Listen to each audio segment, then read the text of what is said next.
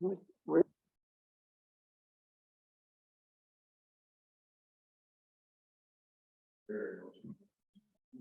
I was not expecting it. So I would say yes. Meeting recorded, yes.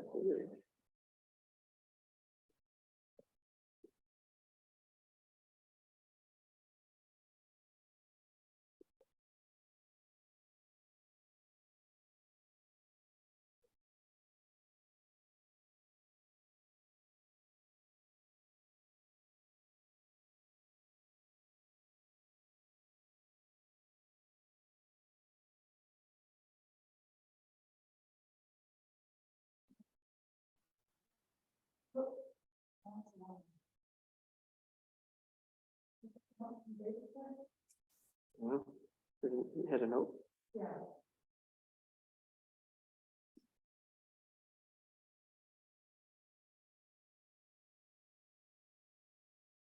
Ready?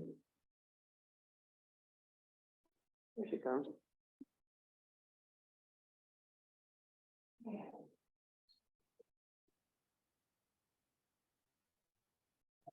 Yeah, it is. One heck of a fire to make all that smoke.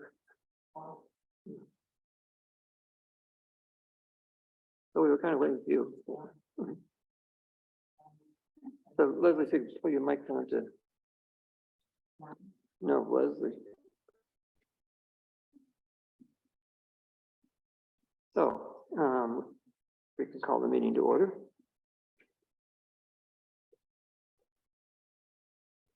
Are there additions or deletions to the agenda?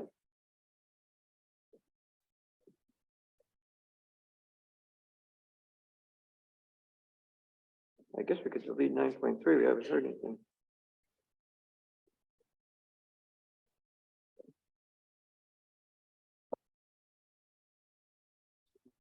Anyone else? Okay. And I'd like to add the rescheduling of July meeting, which can go to our business at the end.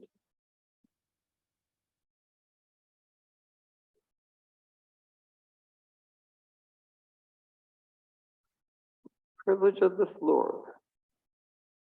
Is there anyone here who'd like to address the board? Yes. Sure, Kim, come on.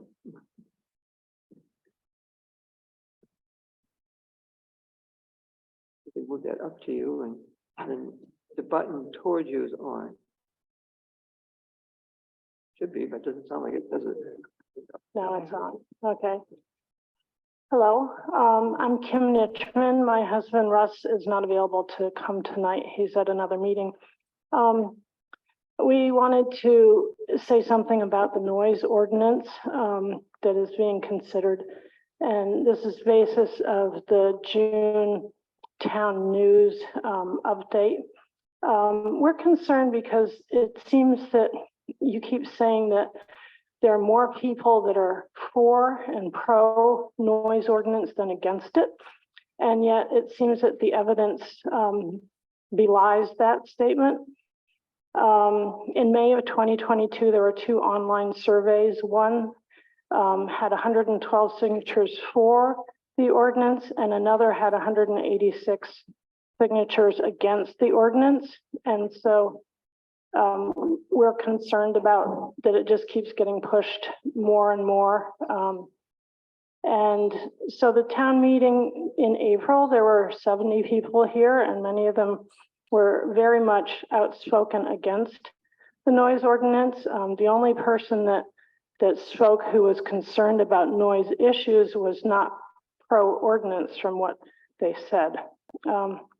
So we just wanted to to point out that it seems like, again, there aren't both sides being represented, that there is a noise committee, and it from what we've heard, and we're not really sure who's actually on that committee, but we'd really like to see more people on both sides of it involved with that.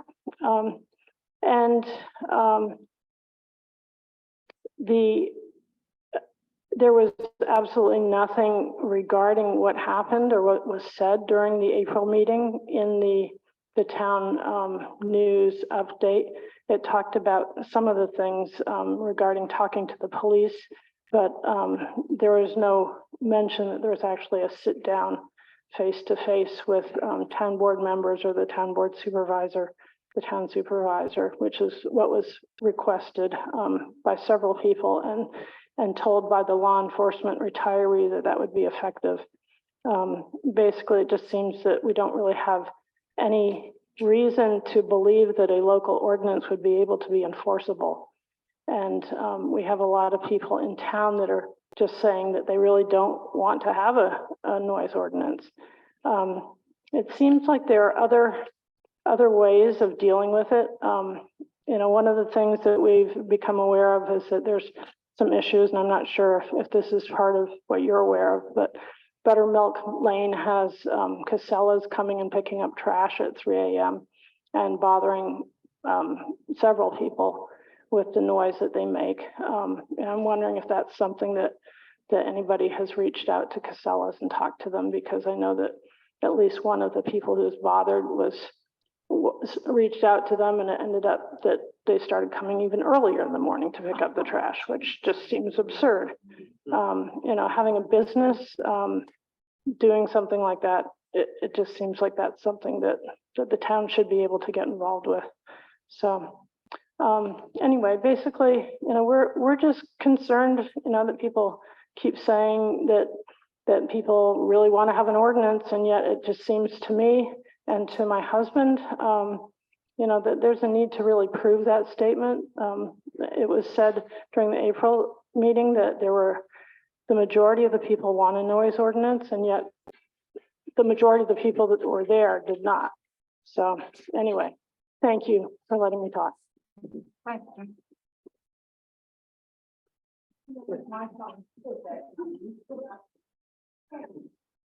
Good evening. My name is Alton Ainslee. I live on Nelson Road.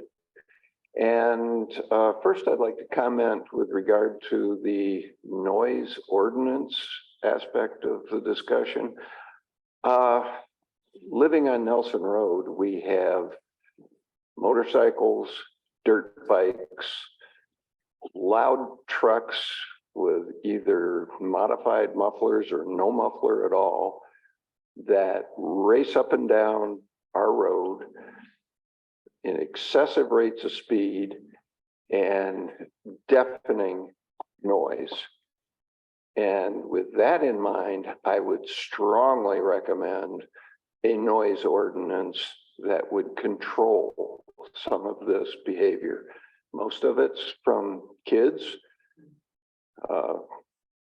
Not even sure they're old enough to drive, but it's deafening when these motorcycles and dirt bikes and mopeds come racing up and down the road, and they have no intent of being quiet. In fact, they accelerate as much as they can to make as much noise as they can. And we only have one window that faces the road, and I'm surprised the glass hasn't shattered.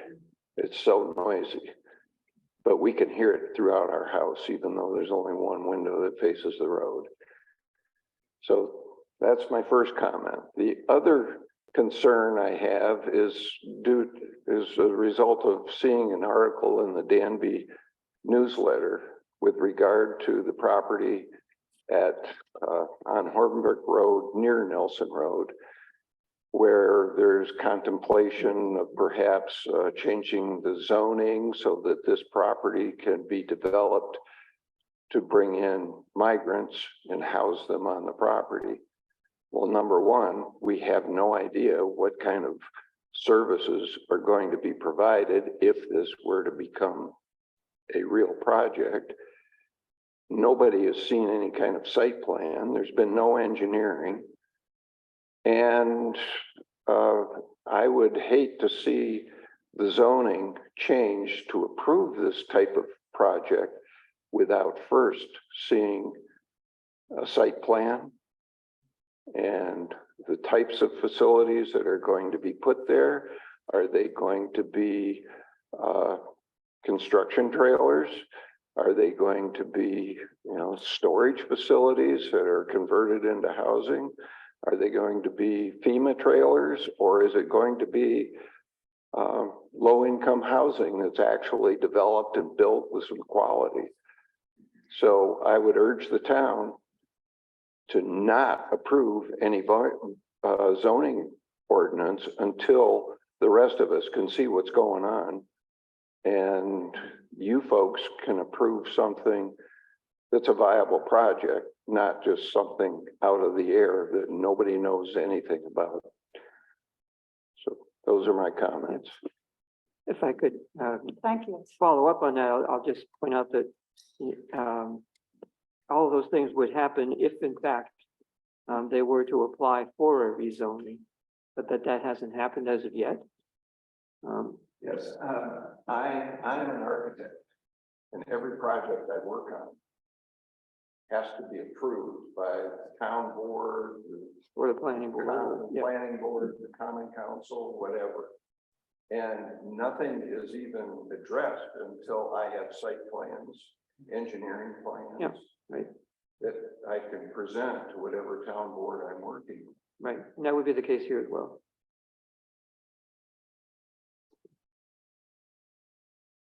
Can that be the name of who just spoke? I'm sorry. Alton Ainslee? No. The one who said he was an architect? Was that still him? That's Alton Ainslee. Alton Ainslee. Oh, okay. It was still Alton. Okay. Sorry, just checking. Thank you. Right, he was kind of far from the mic when you made the last comment. Yeah, I didn't see him on camera. Okay, thanks. Hi, Maurice Medina. I guess just two items that I wanted to address. And one is, I really appreciate the fact that Alton is having issues with some certain activity that becomes a little bit outside of what should be acceptable for us as good neighbors to have to bear with loud noises and all kinds of activity, with motorized vehicles and such. I would like to see some sort of a creative approach rather than than creating some sort of an ordinance or something that's going to impact other folks that may not be necessarily, I don't know, I guess just something that may impact others without it being the necessary path to go down by creating some sort of an ordinance.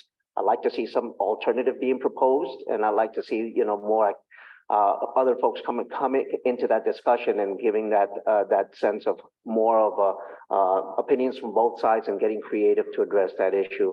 On the issue of that migrant housing too, which is something that I'm kind of one of those things that I'm also concerned about. I really do hope that we are engaged in that process and don't just kind of automatically create a situation where we could possibly regret down the line. And like Mr. Ainslee said, there's a few things there that things can be done correctly, and hopefully before we move into allowing an expansion of certain things or changing laws or rules or regulations to allow a bunch of folks coming in there without paying attention to how they're going to be supported any number of ways. I think that that's kind of a very critical thing that can have a negative impact on our community. Thank you. I think it might be worth mentioning that I think it's sort of mischaracterized as for migrants. Oh, that's what it was. That's what it said. Yeah. Oh, Dan may have called it that, but I think it's something of a mischaracterization. Yeah. Well, So, my understanding is that it's inner city citizens, residents who are being banding together to come together to create this, rather than being anybody migrating into the country. but it speaks to the fact that people need to get more information. Oh, sure, yeah. I think Dan used that word because that's the word that was used when they approached the legislature for funding the county. So, Did they? so I think, the main thing I have to keep in mind is that the only way they're going to be able to do what they want to do, is either get a variance from the BZA or get a PDZ from the town board. So, it's Or what. Find a better location. oh, we'll find a better location is the first thing, and, and this is, but, so we haven't heard anything, they haven't come yet, to the town, so. Anybody else here? Rhonda,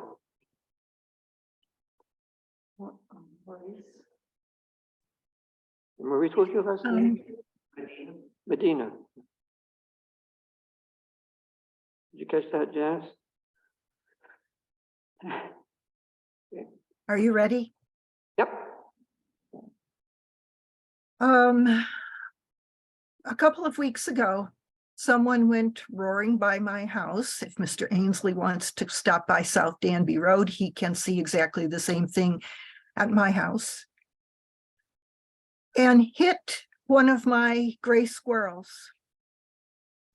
And when I went out to pick her up, she was cowering in the middle of the road, holding her head, which was crushed in, and her eye was hanging down by a thread. Yuck. She was nursing young.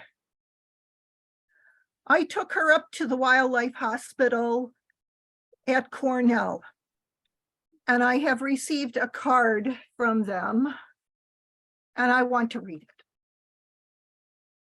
Species presented, eastern gray squirrel. Date presented, 5/19/23.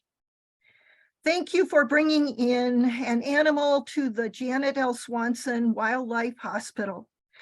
Due to the extreme severity of the animal's illness or injury and the fact that it would not have responded to treatment or been releasable, humane euthanasia was performed. This is 100% your fault. I Oh. spent 3 nights without any sleep, coming up with a plan as to what I was going to do. And here is the plan. I will no longer be taking these animals to the wildlife hospital. They will be delivered to your doorstep. I am sick and tired of asking you to reduce the speed limit on my road and you ignoring me. Absolutely ignoring me. And that is all I have to say. South Danby? State of county. County, I think, right? It's a county road, right? So, I mean, we can't reduce it anyway, but well, we couldn't reduce it even if we were a town road. All we could do is ask the state to reduce it. Have we ever asked it, South Danby? Oh, I mean, it got reduced, there was a section that got reduced, not enough. Never have you done it out by my house. Never. You have never done anything I have asked you. And I talked to the woman who actually authorizes the reduction of the speed limit on my road. I told you what she had said, and you never did anything, not anything. And I have had it. They will be coming to your doorstep. I assure you of that.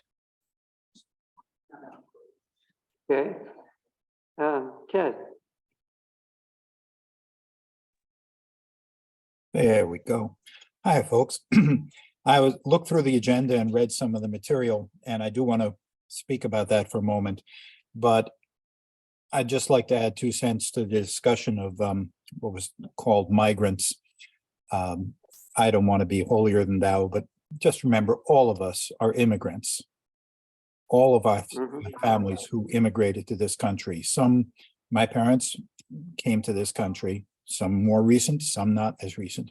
The issue here is the decision should be made not on who they are or what funding they have or who's backing them, but on whether the zoning change would be appropriate for that neighborhood and for whatever plans are already expressed in the zoning that Danby has passed. So having said that, you have some correspondence from Eugene Cook, councilman on Huntington, New York. And I did a little research on the fella. Based on what I saw on the internet, the Republicans really don't like him because he seems to be a sort of a middle of the road fella that basically doesn't like them.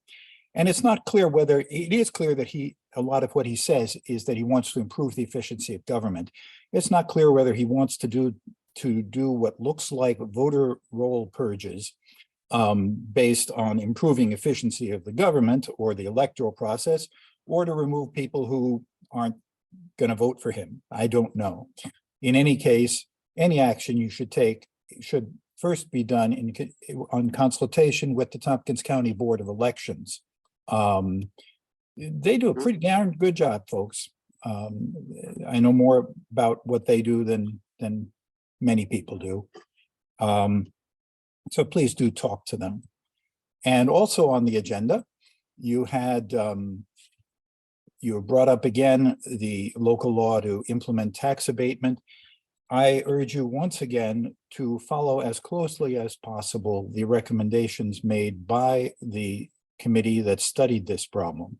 I won't go into details because I know the town board knows what they are and what they're doing, what's happening now. And finally, whether to enact a local law to convert the clerk and highway superintendent from elected to appointed. Actually, I'm going to quote Joel Gagnon, the town supervisor. And he said during one of the recent meetings, two things that I think should weigh very heavily on your mind before you choose to go ahead in this path, which has been rejected by voters twice, and a third time that you basically didn't brave a public hearing. After a public hearing, you were convinced not to do it. Joel said two things. He said, first of all, there isn't an awful lot of choice in who the clerk is going to be because no one runs against the incumbent, or there are very few people who want the job. So the voters don't have any choice anyway, so they wouldn't be losing anything. That is absolutely true.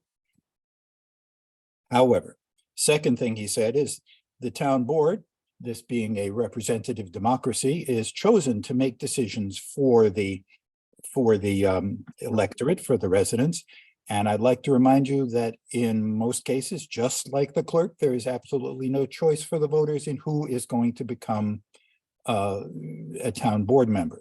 You put the two of them together, and that's saying that you're attempting to make a choice, not because the people elected you to do it, which the track record shows that they didn't, not because there is any real advantage to removing these folks from being elected. After all, the electorate can make a bad choice or a good choice, just as you can and have. There's some reason that isn't clear and that hasn't really been stated. So I urge you not to proceed with that. And with that, I hope you're all wearing your masks indoors and out today to protect your health from that nasty yellow fog that seems to be covering the entire county. Thank you. Anyone else with privilege of the floor? Yes, sir. Promise my wife I wasn't going to say anything tonight, but we've opened up the doors here to go. Mark Andrews, Nelson Road. I live a quarter of a mile from Alton. Alton's house is 300 feet from the corner, Closer to the mic. from the corner of Ridgecrest to Ridgecrest and Nelson. He's 300 feet down from there. They are dead on 55 plus by the time they hit his house. And there's a stop sign. 5 years ago, before Derek Osborne was elected, we had a meeting in our yard because we were getting harassed by the former sheriff of Tompkins County's stepson. The city of Ithaca's police officer, the head of police officer in the city of Ithaca, his son, another police officer's son, were all speeding up and down the road. I happened to catch them. And I said, slow down. That was like adding gas to a fire. They got their hockey team, the lacrosse team, their other buddies to nothing but taunt us for months on end. Sheriff's Department, I'm a right-wing conservative Republican, so this is going to offend you, but the Sheriff's Department told me upon calling them, I was nothing but a whining, privileged Democrat. This is what they told me, word for word. My wife and I went out on a March morning, Saturday morning, got 38 signatures and took it to the Danby Town office, dragged those parents in because we had 10 months of documented daily harassment from these speeders, these kids. And the parents were shocked. Kids weren't aware that every time they went by and laid on their horn at 2 or 3 in the morning, stopped in front of my house and sped up and left marks, left donuts in the four corners of Ridgecrest and Nelson, that we were documenting everything. School buses, Earhart, UPS, FedEx, the privileged people that go to the school at the end of Nelson Road. We actually saw one. We stopped. She came right around the corner, didn't even stop, went down. We followed her in the parking lot and go, you can teach your child to read by that sign up there that says 4 letters into it. She just whipped up her window and just flipped us off. And not, the sheriff's department wants nothing to do with it, but we have this little organization called Nelson Road Community Watch. And we watch out for each other up there because we're all we have. The sheriff's department does not do anything for us. Tompkins County. Anyway, I'm not going to mention names because I know all the cars. I know all the drivers and the homeowners of all these cars over 5 years. And one went speeding down by one day, lickety split, over 60. And I thought, somebody else saw it. Somebody sent them a letter. White Tesla. Yes, the white Tesla, asking them to slow down. Apparently he sleeps with somebody at the sheriff's office or in the right bed with the right person. Sheriff's office had the audacity to come to my house and question me about a letter because I told this person several times, slow down. There's walkers, there's joggers, there's dogs, there's kids, there's everything on that road. It's 40 miles. That's why you talk about signs. They don't read. Take the damn things down.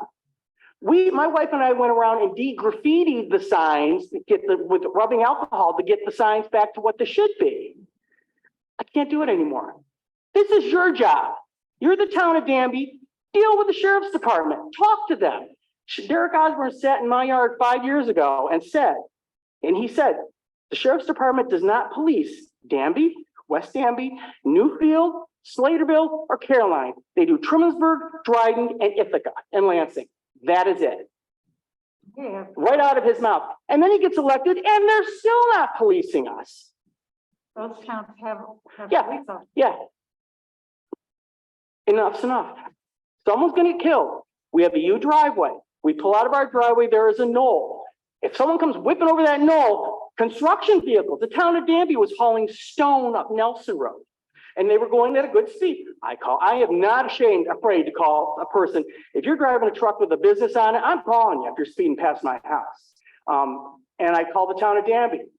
They told the person, the woman went by my house with her horn on the whole time.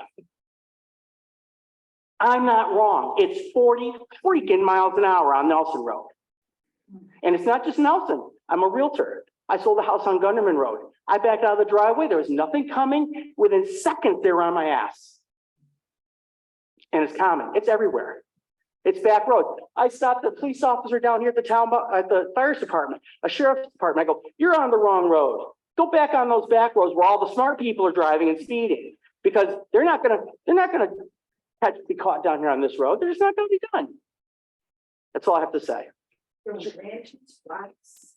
I had one place on the Danby TownBoard, so I called. One of them is your legislature in the Danby TownBoard, and he went by my house on a Sunday morning. I told Cheryl, follow him. I don't care how fast you go. Stop. I didn't know who it was. Stop. He was driving a red Volkswagen at that time, and he stopped at an intersection. I go, you, and I go, oh, Danby Dan, you're supposed to be a freaking example, and you are nothing.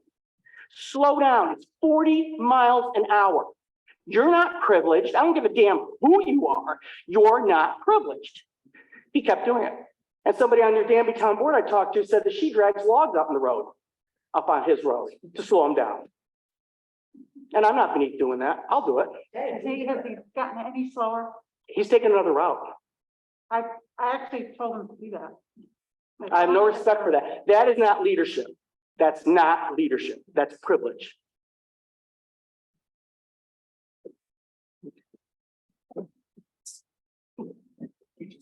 Who was that, by the way? Hello, this is my first time ever coming to a meeting. I've been wanting to for several years, but now I think that it's gotten to the point that I need to. So I'm going to try this one way. It tells me what. My name is Robert Butcher, sorry. I've lived here since 2008. I live up on Brenda Lee Lane, off of Peter Road. I've spoken to the highway superintendent, past, not present. Well, I've talked to present too, but past over the years and explained the issues that we have with that road on numerous occasions. Both not being stoned and tarred or paved or any way, or during the winter time. Not the gentleman that's running the show now, but the last one, not paving the road or plowing the road, sorry. During the winter time till 7, 8 o'clock at night. There's people who live on that road that have to go to work. But my main issue right at the moment is that road needs to be stone and tarred. I've been after them several times asking about it. They said it's never gonna happen. That road doesn't grow. There's been 3 different properties that have grown on that road in the last year or 2.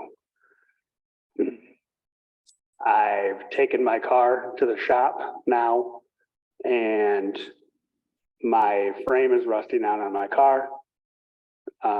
When I addressed that with the shop, they said, that's not the winter, that's not the salt, that's the fact that you're on a dirt road. They took a screwdriver, they found it up through the rust in my frame, which piled a bunch of dirt down on their lift that they put it on. Pretty much proved that to me. This is 2023. There is absolutely no reason for us to even have dirt roads anymore. Stone and tar is not that expensive. I live in Tompkins County. I pay taxes out the yin yang in this county. Out the yin yang. There's no reason to have a dirt road anymore. Stone and tar. I'm not asking you to pave it. I want it stone and tarred. I have a classic car that I'm now worried about the same issue because I've been driving it up and down that road. I'm also an avid motorcycle rider.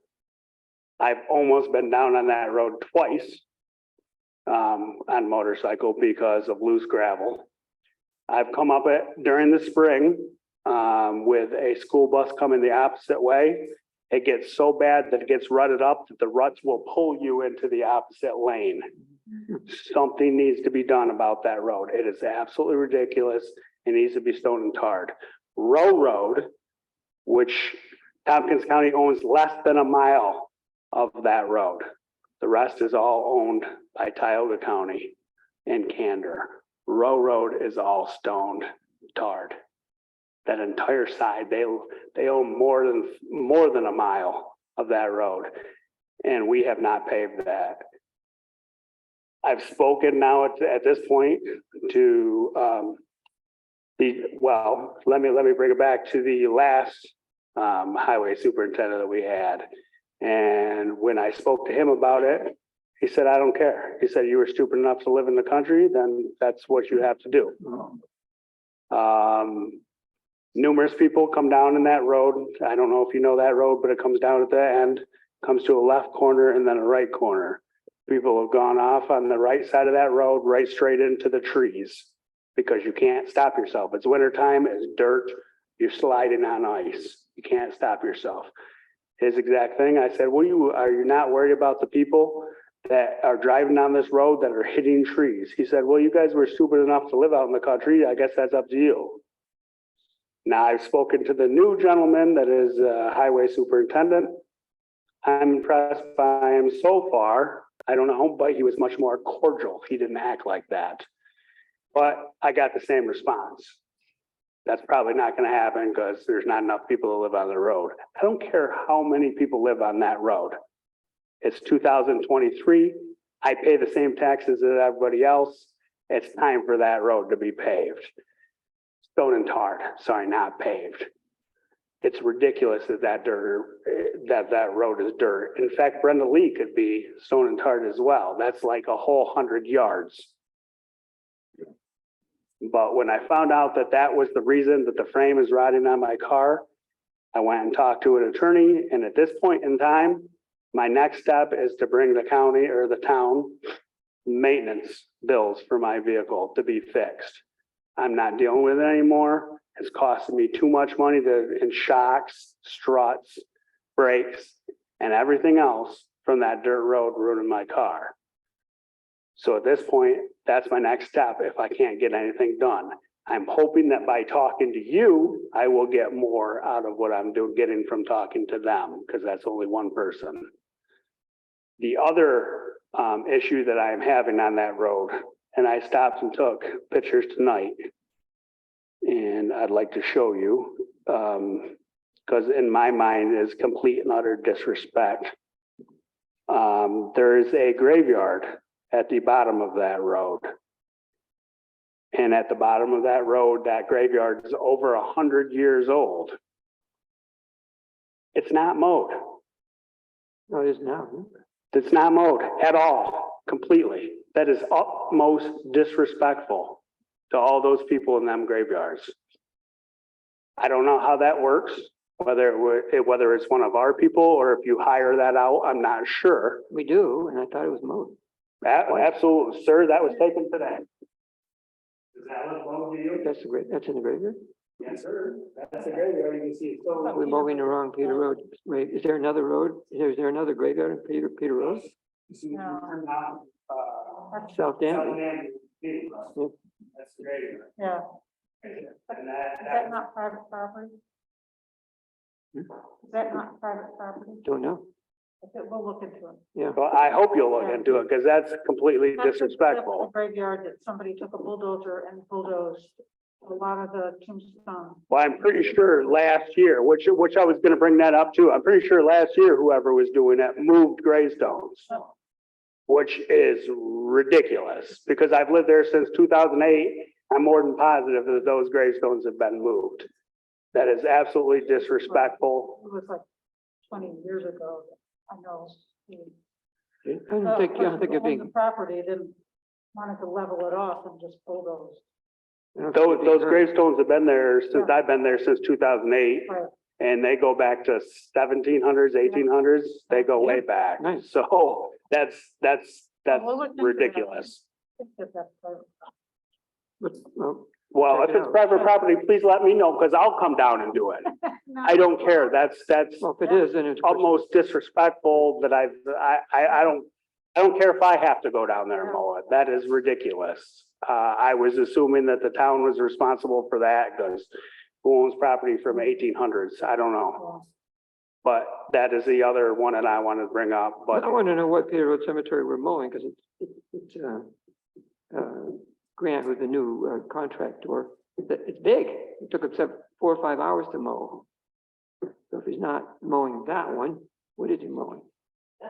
there's no way that graveyard should take 5 hours to mow, I can tell you If that it much. hasn't been mowed yet, he's not mowing that graveyard. Of course, what graveyard is he mowing that we don't know about?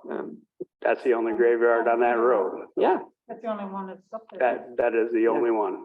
we need to check it out. Yeah. We'll check it out. That definitely needs to be checked. I'd very much appreciate that. But back to the road again, I would appreciate if we can get some stone, some tar, something, because I have a $30,000 vehicle that is a classic vehicle, and I didn't know anything about dirt roads and ruining frames, but I've been driving on it for the last couple of years, and I don't plan on losing money due to that same thing. And I got my brand new car too. And my kid has a new car too. But yes, he would appreciate it too. Thank you very much. Thank you. Anyone else with privilege of the floor? Mowing contract. Copy that on? I have a copy at I'm home. looking for it right now. I have it at home. It was on the back side of that statute. Yeah, well, it's got the list of the properties and I have a copy of it sitting on my desk. yeah. How many times they got mowed, which was twice. They all got mowed twice. In May. But that was a property that Dotson owned at one time. You're kind of far from your mic. I don't know that they can hear you. That was a property that, that Dobson owned at one point. I don't know if he did until recently, but, he took a bulldozer to level off the land, Mm-hmm. and there are gravestones in the woods. Yeah. I'd also like to add that there are military veterans in Yeah. that graveyard. That's complete disrespect. Okay, moving on. Correspondence. There was this letter from this fellow in Huntington. Yeah, Um, I'm not really interested. So, I mean, we may, you don't have to do anything other than No. acknowledge that we received it. That's nice. I think Ted's suggestion is a good one. If we would want to ask our Board of Elections whether this is actually an issue or not. It's not obvious that it is to me.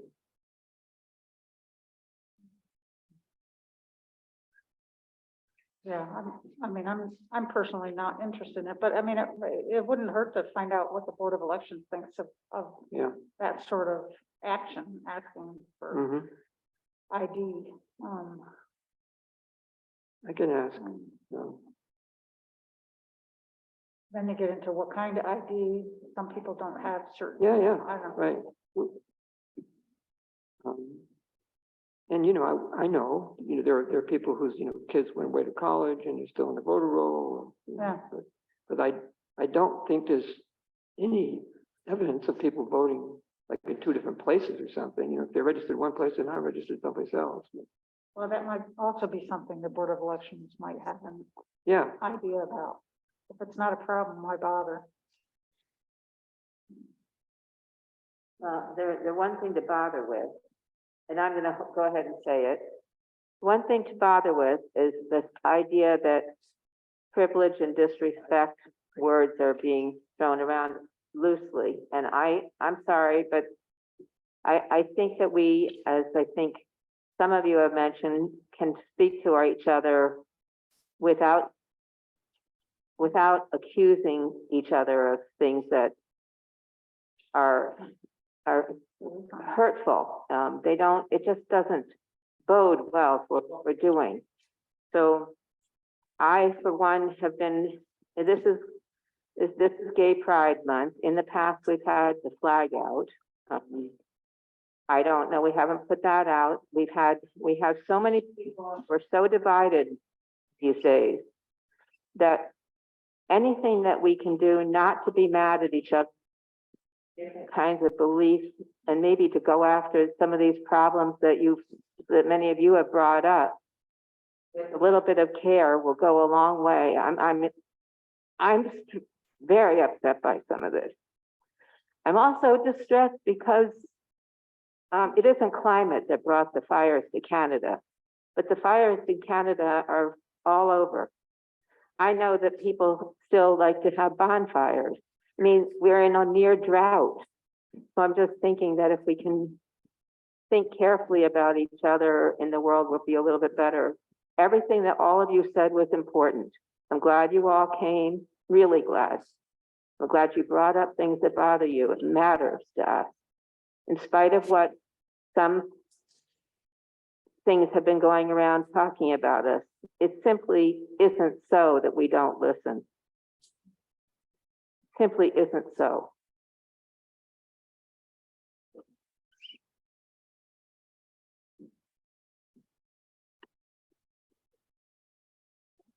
Amen. Amen. Sorry. Anybody have any announcements? I guess that was kind of an announcement.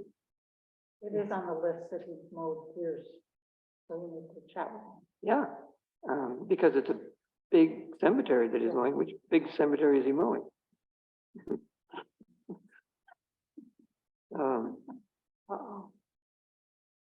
So someone's getting a deal.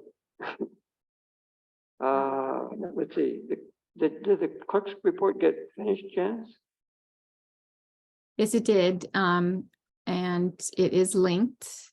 And if you'd like, I would like to point out there was, I added an extra line. Let me see where I put it.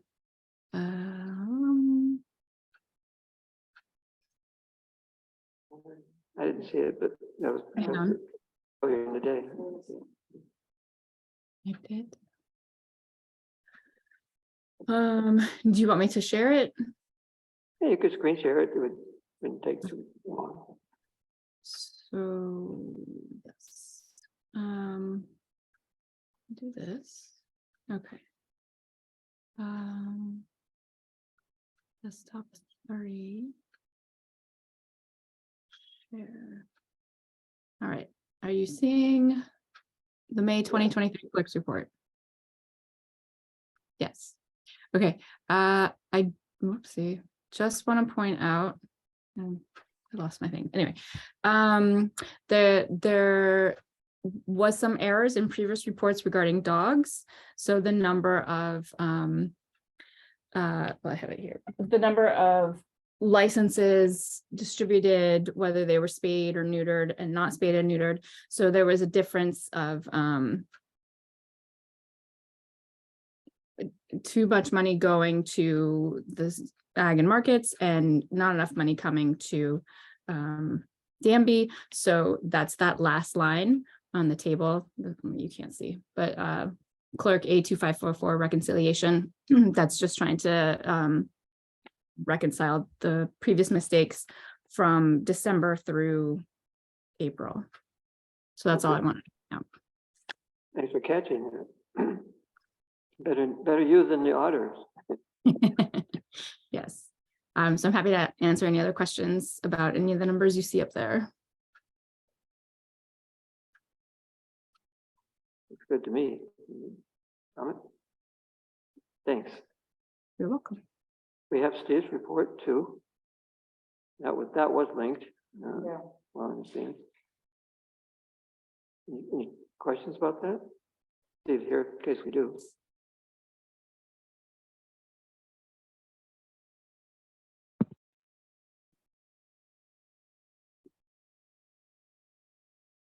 You don't hear anything?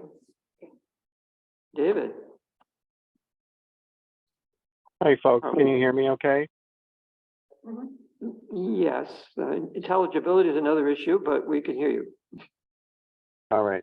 I'm attempting using the phone instead of the computer just to avoid issues. I have a lot to report this month. I'll start with the planning board approved 3-lot subdivision at 229 East Miller. The BZA heard 2 cases. They approved a variance at 2016 Danby Road for a side yard setback in an instance where an existing building was going to be replaced. The existing building actually crossed the lot line at negative setback. The new building will have a little bit of setback, but not the amount required. That variance was granted. They denied a variance on Hill Road, parcel 20.1-25.22, where the applicant was requesting to be able to create a new lot that was 7 acres, where 10 acres is required.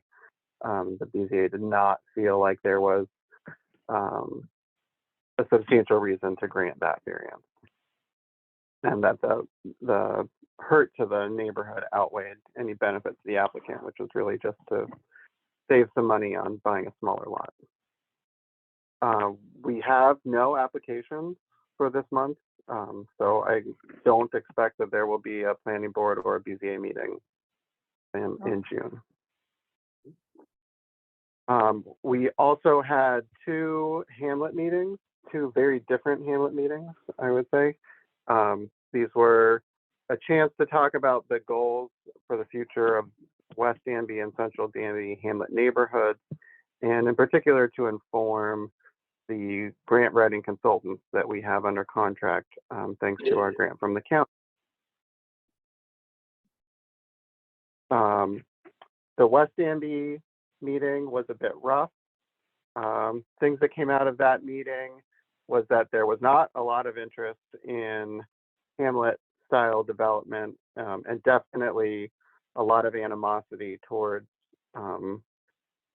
form requirements that force new buildings on 3496 in the core and periphery of the hamlet to be near the road, and really a lot of, I'd say, concern that people didn't think it was realistic to have the kind of hamlet that's been envisioned by the town for that area.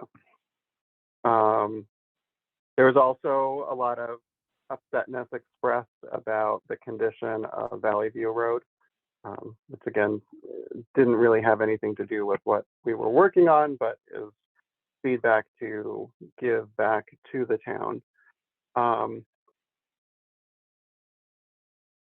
I'd like to talk a little bit more about some of my takeaways from that, but first mention the Central DMB meeting was kind of night and day from that meeting. It was a bunch of people who were very positive about the future of hamlet development and interested in participating in that process of building community here in the center and core of the town. We kind of outlined a set of things that people were willing to commit to participating in and helping with. And I hope that there will be a group that may meet semi-regularly going forward to continue working on that. And the strongest focus was on businesses that are currently committing to come into the hamlet, including the Danby Market on Olivia Vent's parcel. And we didn't talk about it as much, but also Alana's proposal to move down into the hamlet as well with another business, which I think is very exciting.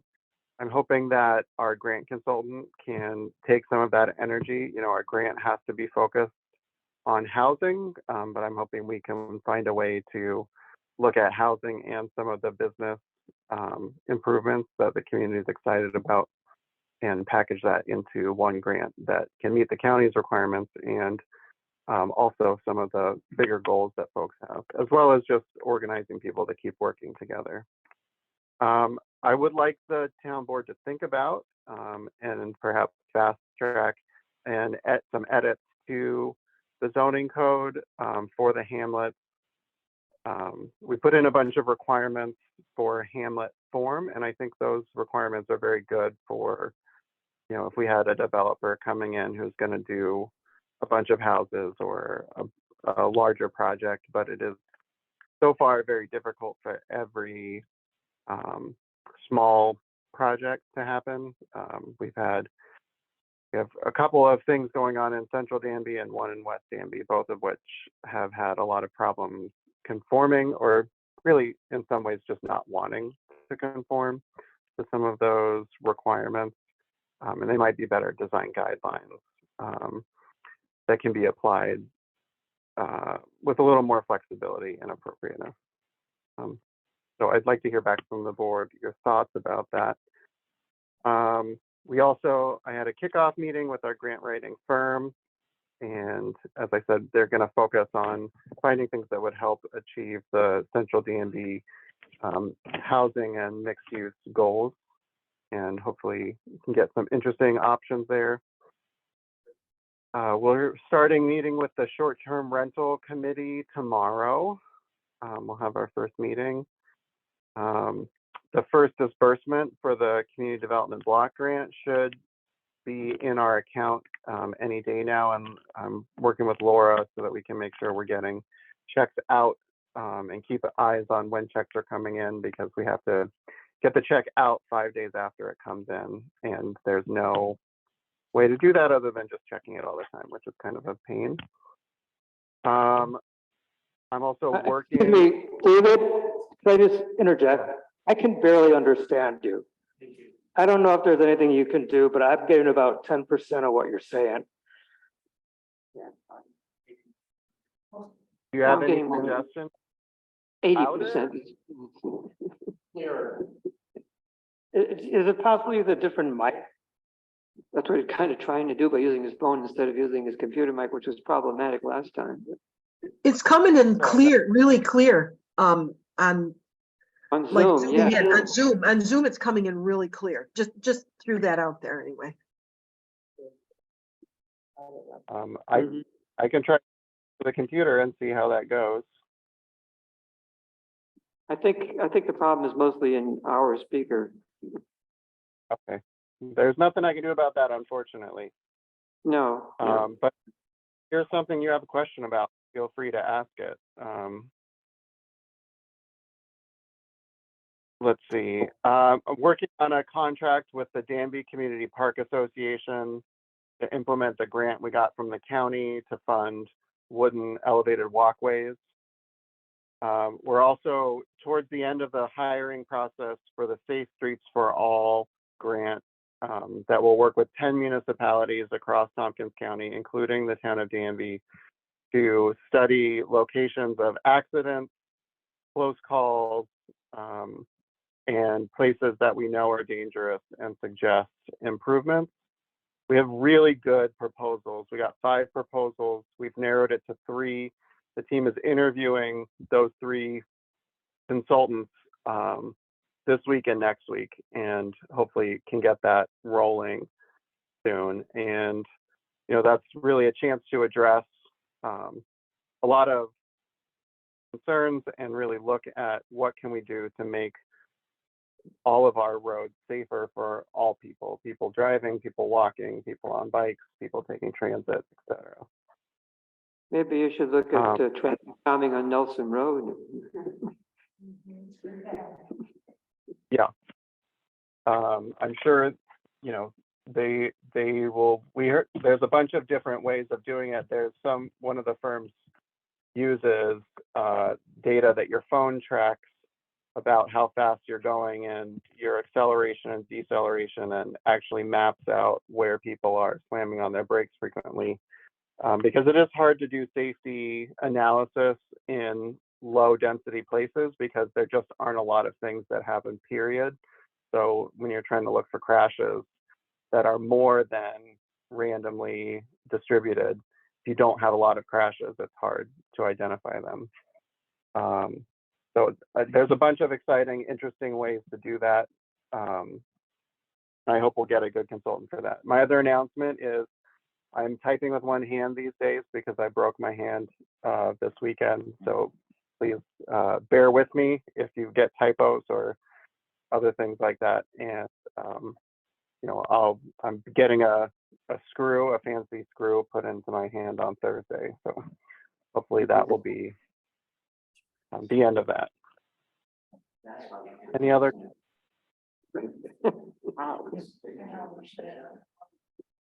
I can tell you about that. Okay, thank you, David. Onto the list of meeting minutes, which we said we were going to deal with this time. I sent in several corrections that none of which have been done. Is that true?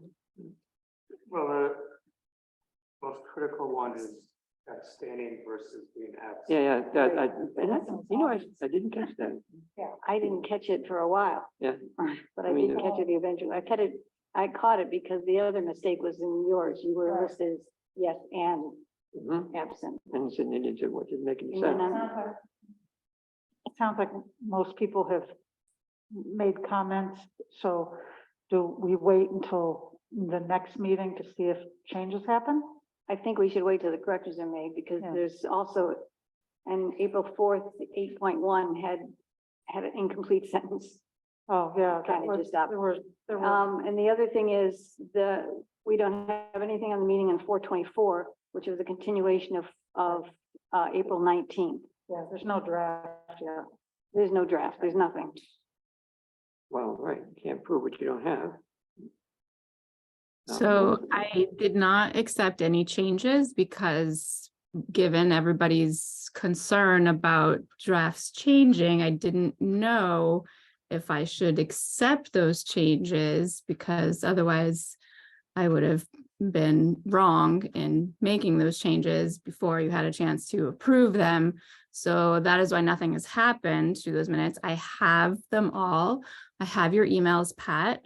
I have the comments that you made, Leslie.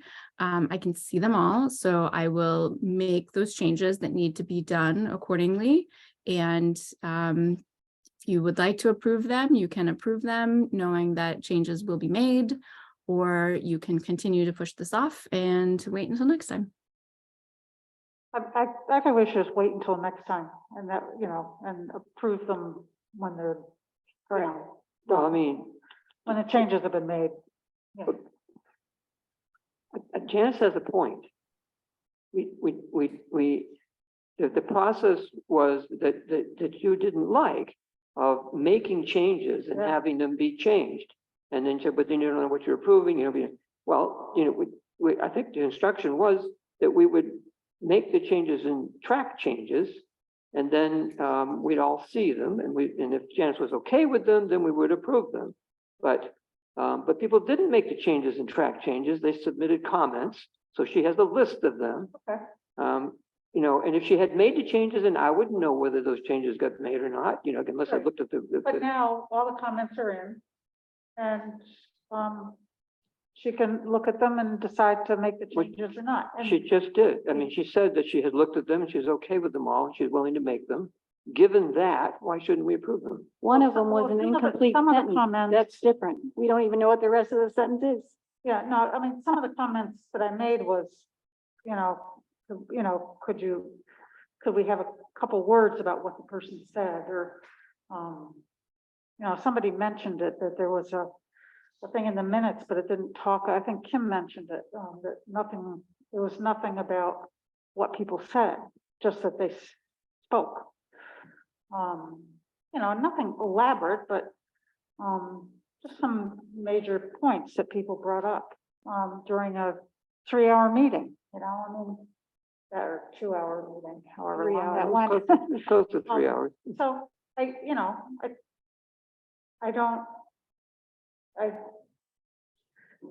they weren't, some of the suggestions I made were not concrete. It should be abstain instead of absent, some of it was, well, what did David say, in his report? Or attach the planner report to the end of the minutes or something, So, but she's got it all now, and. Well, yeah, but I mean, Just give her time. what you've done is ask her to change things without any, well, I mean, it'd be nice if the minutes were more elaborate in some respects. It doesn't have to be. But I think it would be a lot more helpful in terms of us getting it approved if what was being, if there were specific suggestions for what the change should be, and she could either say A or I'm not nay. gonna write the minutes, Joel. No, no. I'm not gonna no. do that. no. So they're her minutes, and she can, pick out, what she would want to have in them for discussions, or the resident comments during that long meeting. I mean, I'm some of the specific things, the one or two word, I made those suggestions, but I'm not gonna, I don't think it's it's not my job to write them. No. May I ask a question then? Sure. If it is not your job to write the minutes, why are you trying to write the minutes and not approve them as accepted? I'm not trying to write the minutes. I would like to have them have enough detail that people, it doesn't have to be word for word, but that people have an idea of what was talked about. I mean, I know that. Basically, a summary of points made. Summary of points, And some of the in minutes have addition, that. in addition to the Some of the minimum minutes have requirements, that. right? In And it's addition to the minimum requirements for minutes, it is requested that the town clerk also include a brief summary of the points made and topics discussed during the meeting, with particular attention paid to comments from the public during privilege of the floor, discussions preceding any votes taken. I mean, it's not, pages of stuff, but just bullet points, outline of things. I mean, this is That's our requested, that's what Yeah, we request of the clerk. right. Yeah. It's not statutorily required. Okay. I'm No, not that's gonna right. argue about it. I mean, it's a request of the clerk. It's not statutorily required.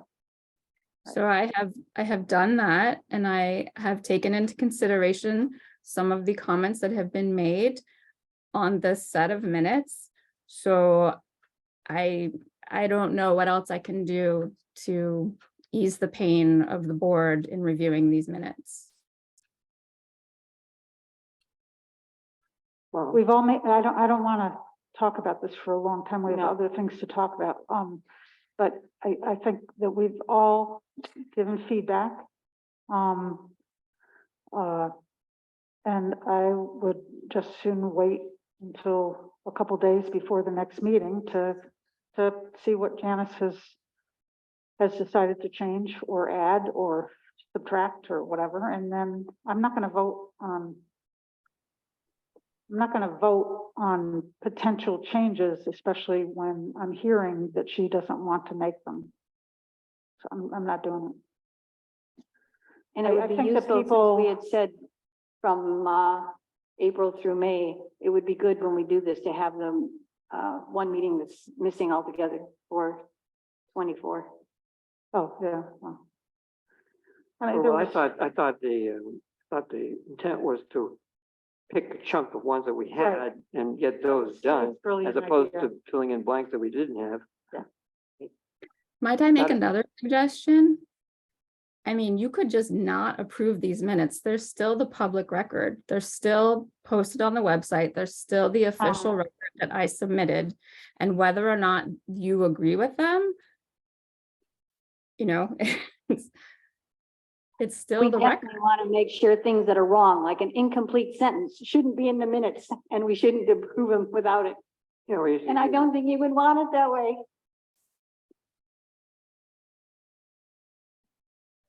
So, Huh? you know, I can't win either way. I try to get you the minutes and then you complain that they're incomplete. I try to fix the minutes and then you complain that I fixed them and you don't know what you're voting on. So I say you just make a statement. By not approving them, they'll forever be labeled as draft because the board refuses to approve any minutes that I write. And, you know, that will be the official record. I can even write it on the minutes. Board refused to approve, and then it will be the official record and it will be, you know, your hands will be clean. Okay, so, I think we should just vote on them next week, well, when the changes are made. next time, right? Next meeting, Yep. sorry, next meeting. But what needs to happen then, just to make sure that it happens before the next meeting, so that we're not in the same position next time as we Well, were. it would be nice if Janice could look, you know, make it so that we had at least a couple days Yeah. before the meeting. Yeah. You know, 2 or 3 days. To look through. Yeah, Mhm. thank you. Thank you. So you've made suggestions, Beth made suggestions. How should Janice handle those suggestions? Should she put in, should she create sort of a draft changes version of these minutes, and then we can all decide whether we accept those changes? I mean, how are the changes supposed to get made? That's good. Huh? Can you do that, Janice? What?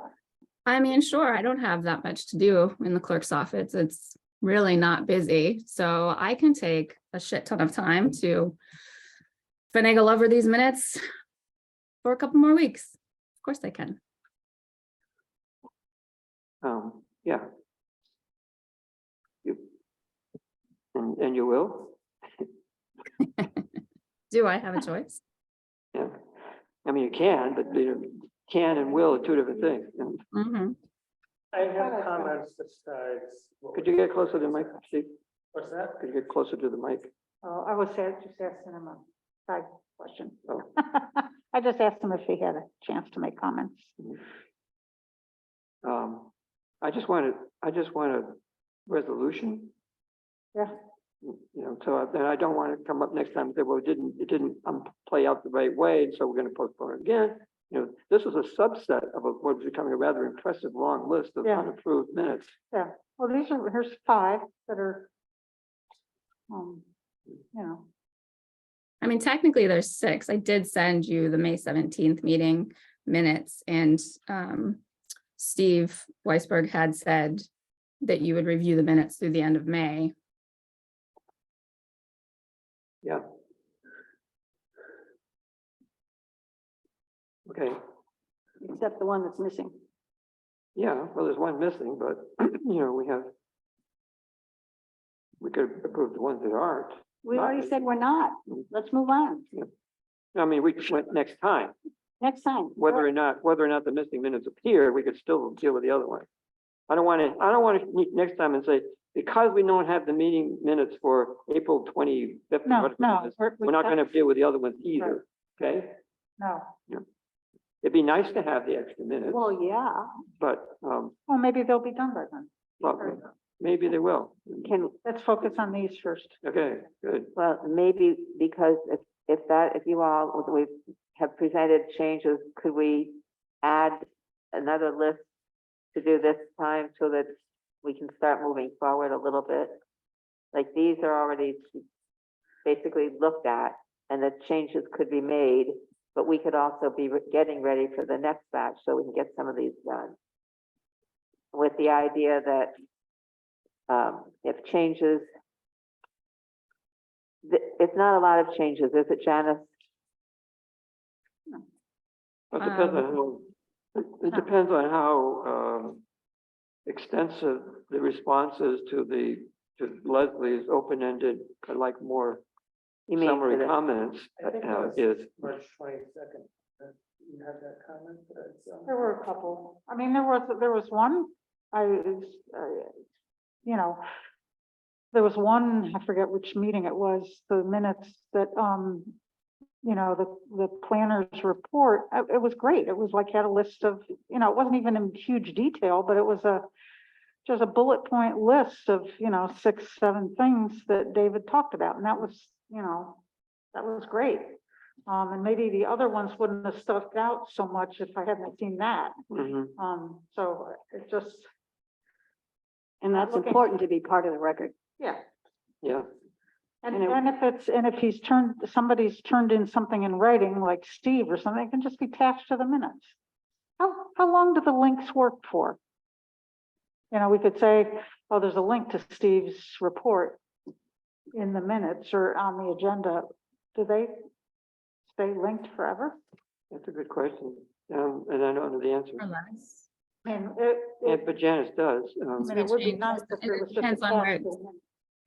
It depends on where it's linked to. I mean, eventually they will probably become obsolete, but Anybody hear anything? Why can't they be in the same file as the minutes themselves? Instead of putting them in the minutes, the files can be with the minutes, like they're attached to the minutes. So Addendum. they can be in the same file and they'll be there for as long as I the mean, that file was, is. that was a nice, easy way to do Right. laws and Right. changes and procedures and stuff. And any reports that were turned in, just as a, addendum 1, addendum 2, and just attach it to the back. And then on the minutes, it could just say, see addendum 3, or say C or whatever. So there's easy ways to do it, but. Well, I mean, it does raise the question of, if you were looking for something in 6 months or 6 Right. years, Right. there ought to be some other way to accessing it than to say, now what meeting was that at, when we talked about it or something. It's got to be filed someplace where you could access it that makes sense. Yeah. But it's not obvious that you couldn't maintain a link to wherever that place is. yeah, for- so generally 6 months from now, 6 years from now, you should be able to click the link, particularly when it's on the website. Everything is linked on the website. The website will be more or less staying, and if it does change in the future, those links will be migrated. The links from Digital Towpath were not migrated because it was a mess of a system that Digital Towpath used, and they could not actually migrate those links over.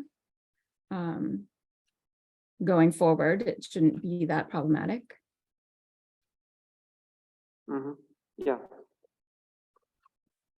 Did that answer your question? So they're good for a while.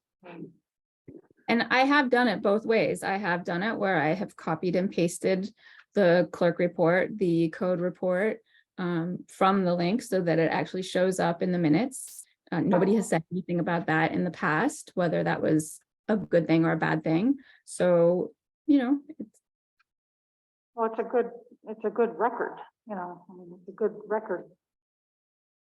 and there are always, the record is always intact. And the Whether record, it's or this, it's copied and it may pasted. not be connected to the particular set of minutes. When it's a matter of, at that meeting, we passed a local law or something, that probably ought to be connected to the minutes for that meeting. Okay, which it is. so, do we want to do, we have October 25th, October 28th, November 1st, and November 16th? There's also November 9th. Huh? There's November Where's 9th. November? I thought we did November 9th. Okay. I mean, those are the, I mean, that's what I've got in my pile We here. did November 9th. Okay, so Thought the so. 16th. So as you say, October 15th, October No, 28th. October 25th, Yeah. 28th, November 1, November 16. That's what I've got. As far as, That's correct. Which one are we going to do? Those. So you're proposing we do those next time as well? yeah, Which one? October 25, 28, 28, November 1, November 16. yeah.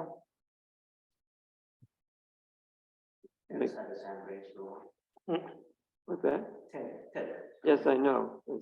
Yeah. We, Thanks. beyond privilege of the floor, it's a, Okay, so next, it's not a presumption that you get to speak. So we should make a note of that we're going to have next time, in addition to these minutes. yeah, 4 more. Yes. 25 October, 28 October, 1 November. so maybe the sooner people get feedback to, feedback on the work drive, the easier it is for Janice. Some of these have already been revised based on feedback from before. Yeah, Yeah. I know some of them. The yeah, 16th still has errors on it. Yeah, I mean, I made suggestions too. Yeah. okay, So for those minutes as well, what we're looking at, making the changes in the track change form, so we can look at it and see what got changed. And then we'll I pick it up. can see all the changes. but- And we can't make all the changes because again, there was something that was an incomplete sentence. Well, yeah, well, That's correct. Besides that, I think I had in my notes what the end of that was. Okay. I did So not I have wrote it. it- I did not have it in my notes. but with track changes, you can add text and it'll still be changed. I don't know what the text is. Well, that Leslie you just will said- add You text could to write, finish out the sentence. That's still a track change. yeah, you could just say, what? I did. I did. That's good. Yeah, so she'll respond and fill in the blanks or make changes as suggested. And then we can, because they're tracked, we'll be able to see them and decide whether or not, it captures the intent. Right. And if not, then we can quibble, but, at least we'd be making some progress if we Yeah. can see what's changed Cool. and review it in advance of the meeting. Okay. Yeah. Sounds good. Okay. Can we look at the wish list? Warrants. We haven't done the warrants yet. Details, okay, go ahead. what about the, What about what? warrant? Yes, that's what, Warrant. pointed out, we need to do that first. I'd like to move the highway, abstract vouchers 112 through 118 for $6,793.45. Second.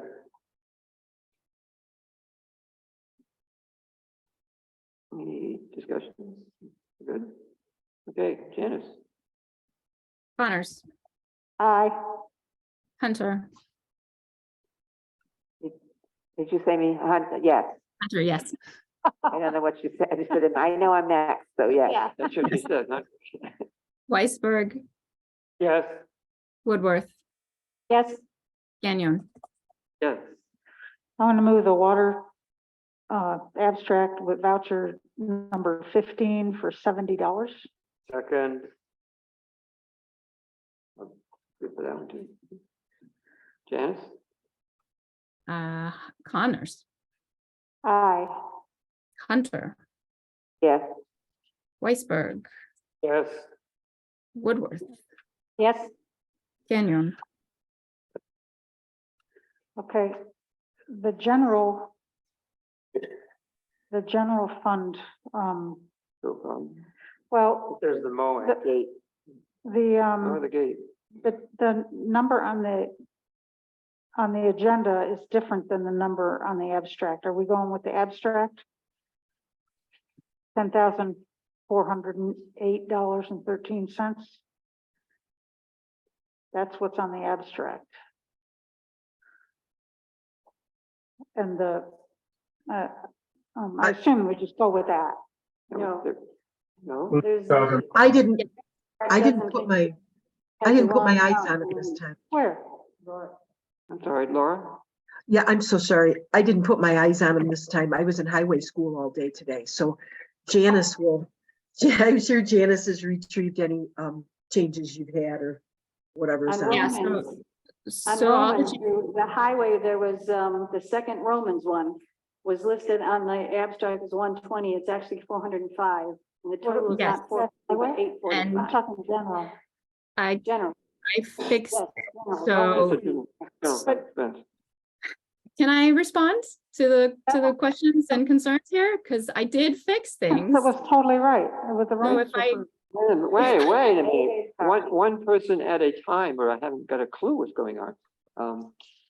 So Leslie, what is the question? Well, I mean, I know that you looked at it at 11:45 or something. I didn't look at it until I got back from work, which was 4 o'clock. So she may have changed, she may have fixed whatever She told me she fixed it. the issue was. So that,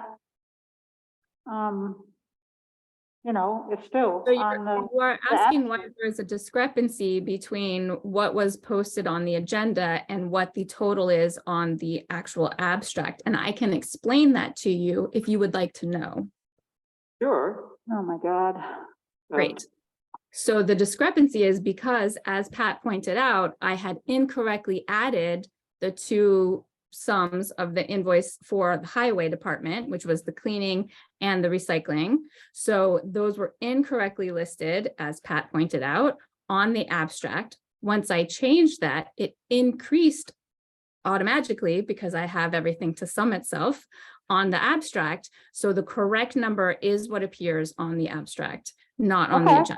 That's all I needed. I didn't need the rest. That's So what I that was trying to tell you. So that is, I move the general fund vouchers 181 through 194 for $10,408.13. Well, I have a question, because that includes a charge for mowing the cemetery, which apparently hasn't happened. Well, a cemetery got mowed. If it's still light out when I leave here, I'm going to drive up there and look. Well, we saw a picture from today. Yeah. And Grant was telling me what a pain it was to mow the Peter Road Cemetery because it took him like 4 hours 2 times because it's way bigger than he thought. And if so, then I'm wondering what the heck did he mow? Sounds like the big cemetery on Hill or Curtis, whichever one that one's on, the big one. That would take a long time. We need to check it out, but. But we don't do Curtis, do we? Well, we may have done something that we don't normally do twice, which is nice of us, but. Because Curtis is not town. Right, but They have an if he association. did the wrong one, that's what we're talking about. Because he, Well, we still have to pay him. right, we do. And we'll have to get Yeah, it straightened yeah, out. the other issue before we approve the warrant is the monument. I think that because we had authorized up to $500, I think we need to, increase the authorization Yeah, in order Agree. to justify the payment. yeah. So before I would second the warrant, I would move that we increase the authorization in light of the fact that it turned out to be more work than was anticipated and the scope expanded. So we need to increase it by 120? Yeah, because, No, because $200 donation. they gave $100 and I can donate the rest. No. I don't think you should. Well, I was here almost the whole time with them. Yeah, Yeah. which is nice of you. No. So I think you're donating your time already. I know. Yeah. So are you resolved to, I move that we increase the authorization to, what was it? 600 and what? 20? 620? Yeah. And I'll can you give second us that. an account number? Laura? What? Why don't we just take it out of the contingent account? I don't think that I think that, I'm trying to remember what account we authorized that in. But take it, out of the contingent, almost like a miscellaneous type thing. I Okay, believe that's- that 19, Janice, do you have that number, that 1999. 1980 or 1990.4 or something like that? Yeah. Okay, So, okay, so the increased amount is coming out of the contingency. Yeah, Okay, so that's the motion. I second it. So before we go with that, because there was a movement, there was a motion on the floor from Connors, there was But no I- second. So does that drop is, so that? It wasn't, yeah, It's not a motion until it's seconded. nobody seconded it. They were ignoring me.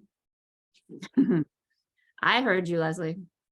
Ah, So we can have, so we do have a second this one. yeah. Yeah. So so we have $120 more added out of contingency to the previous authorization for Yeah. that gate. Okay. And are we ready to vote? Yeah. Yes. Janice? Connors, Aye. Hunter, Yes, Weissburg, Yes, Woodworth, Yes. Gagnon. Yes. Okay, now, Okay, now I'd like to move the general fund abstract vouchers 181 through 194 for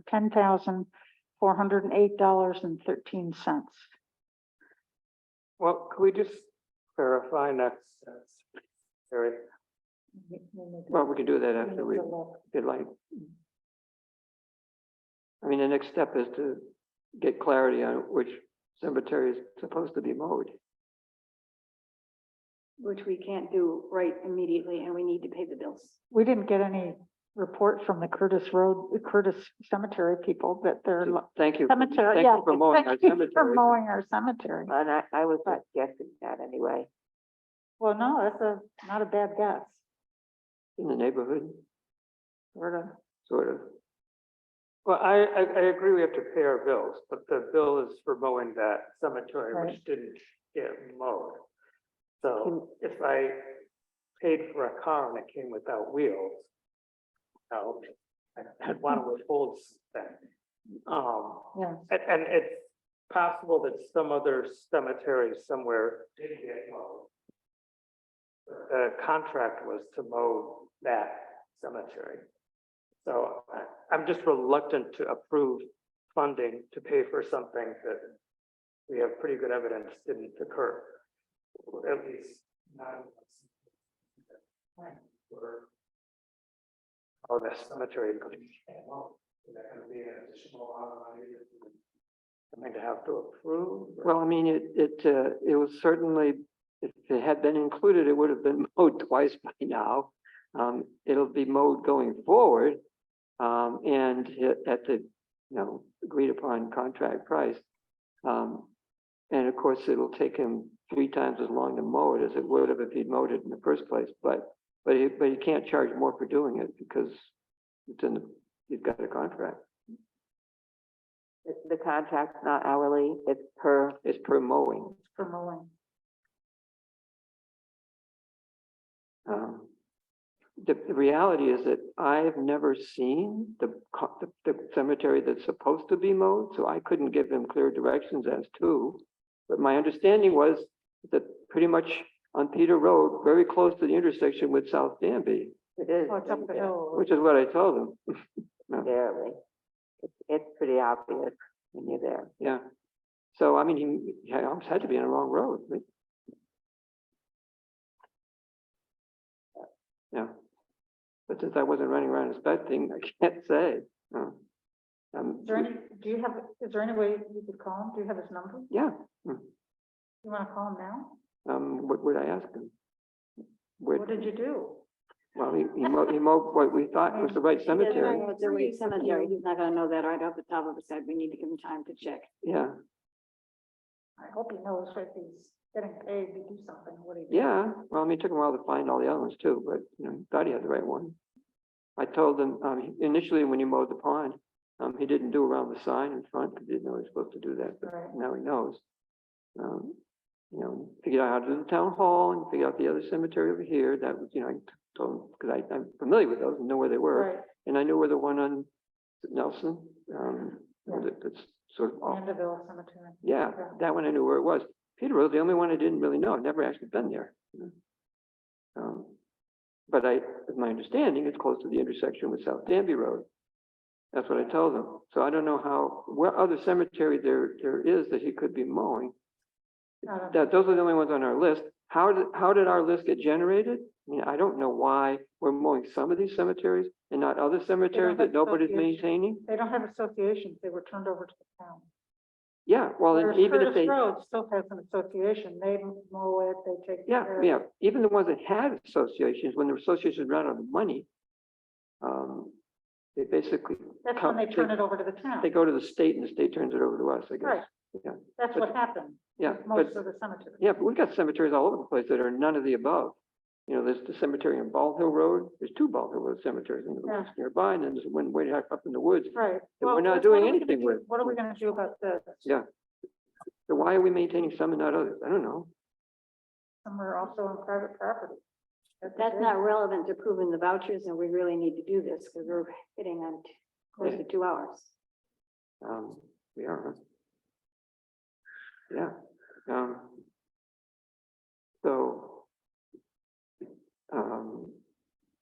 Yeah, so I'll certainly contact him and say, where were you mowing?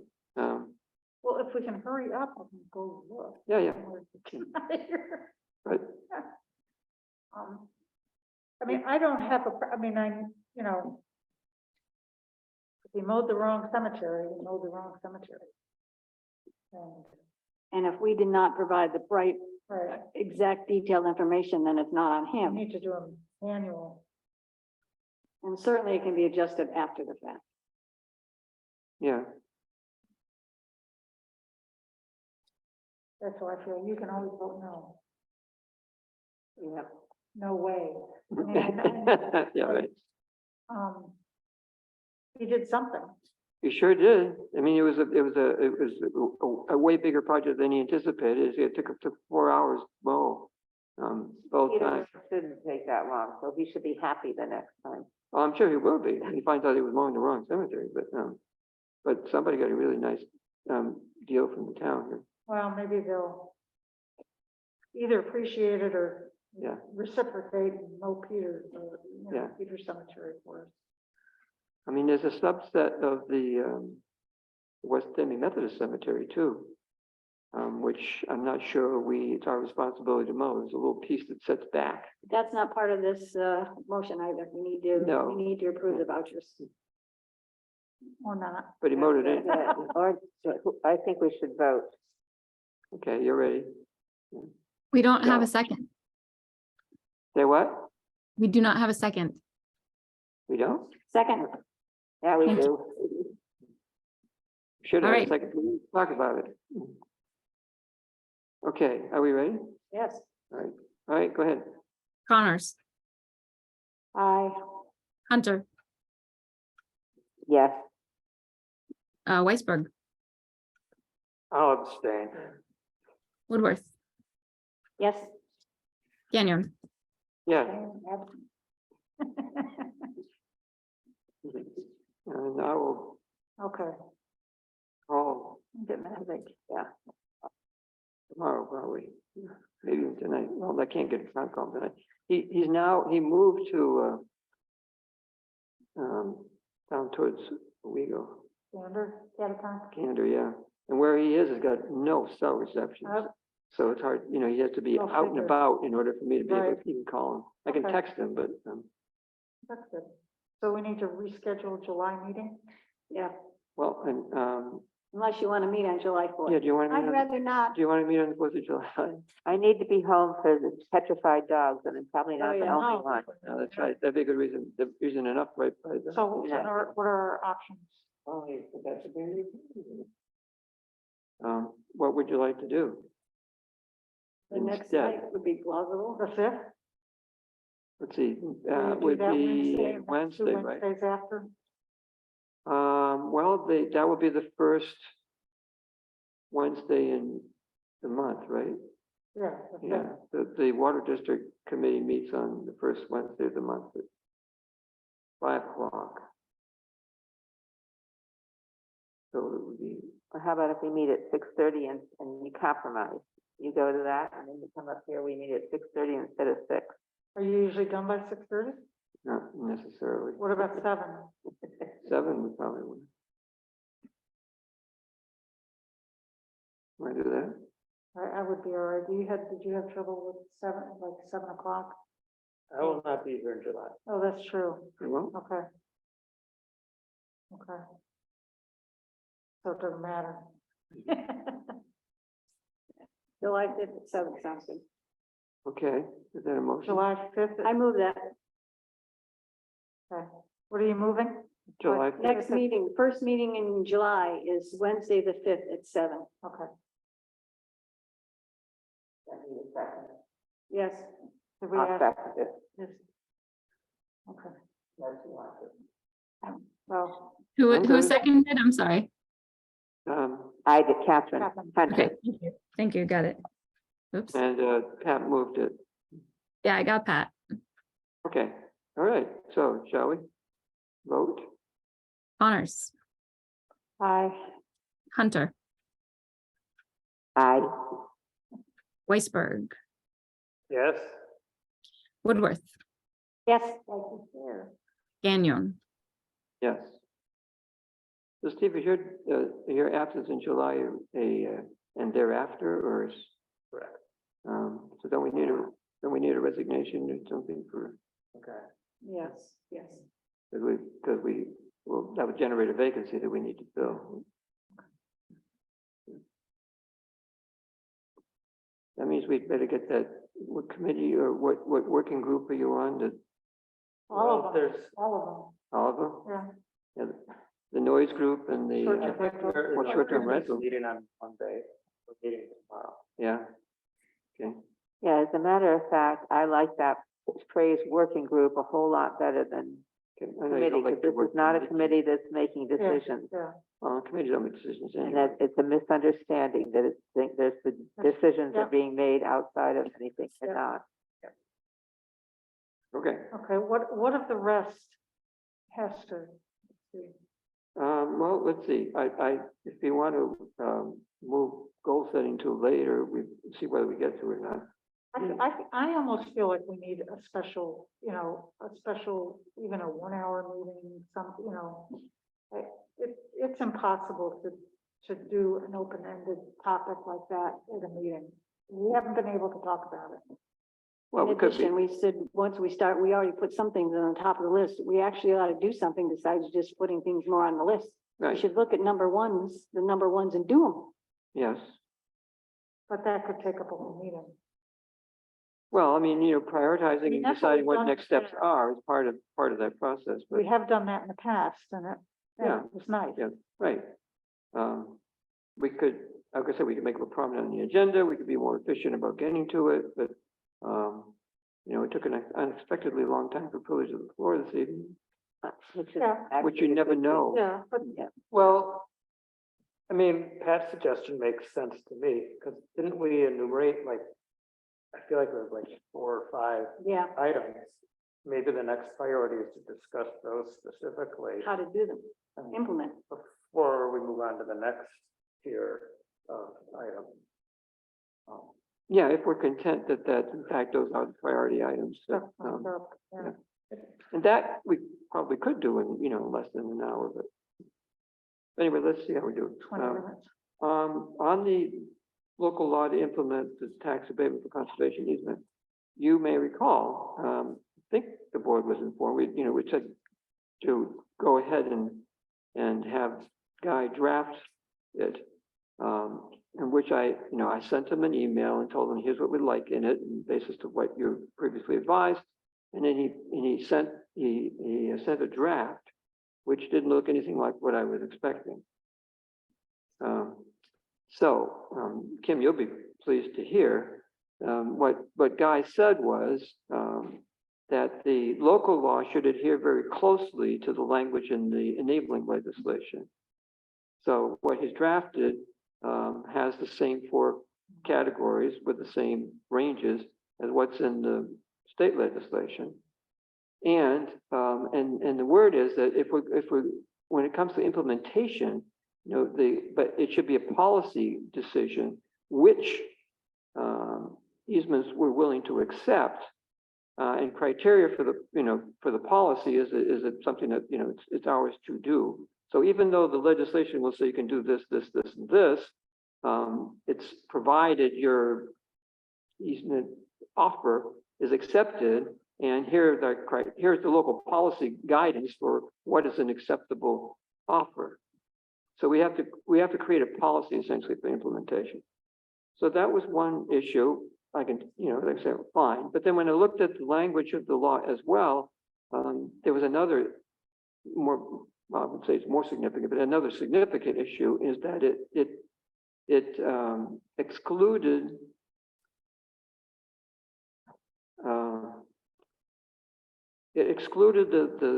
it wanted to create a separate parcel for the land under protected by the easement and exclude the residential property.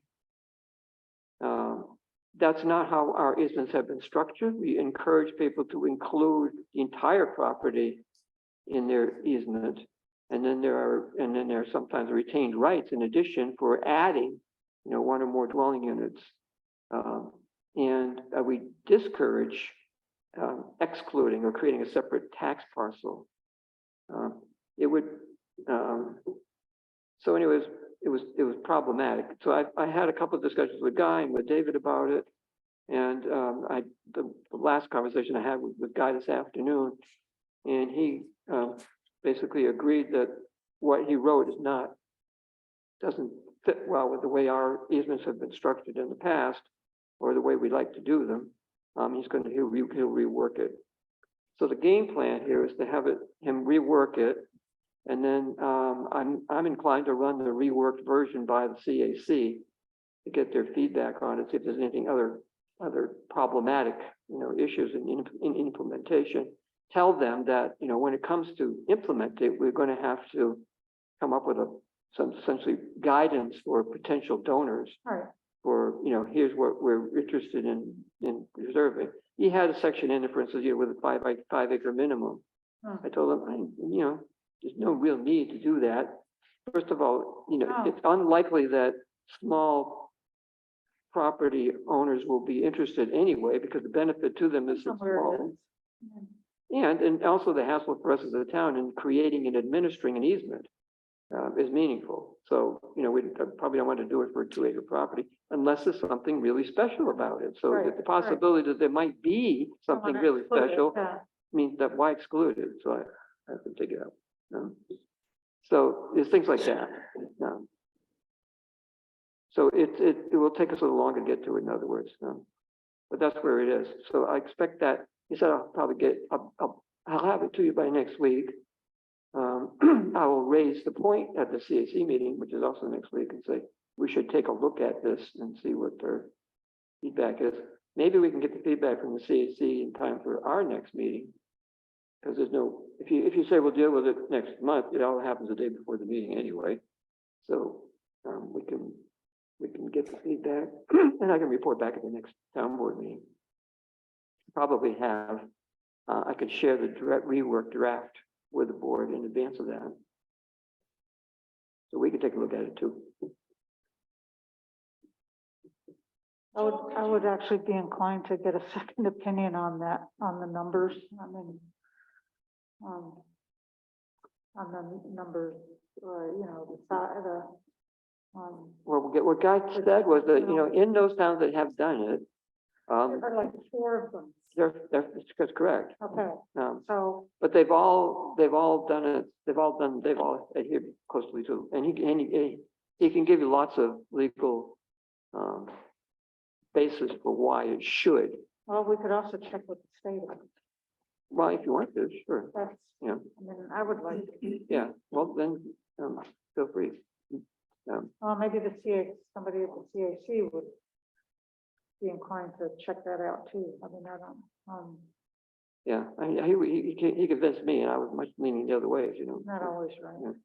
Kim? So you said the same language, the same four categories, those are the different times. Yeah, So it would be the same, like 15, I don't remember. no, they can't hear you unless you. Yeah, Well, if you could just clarify what you were. yeah. Yeah, they're just, basically the local law according to Guy, has to mirror pretty much the stuff that's in the state enabling law.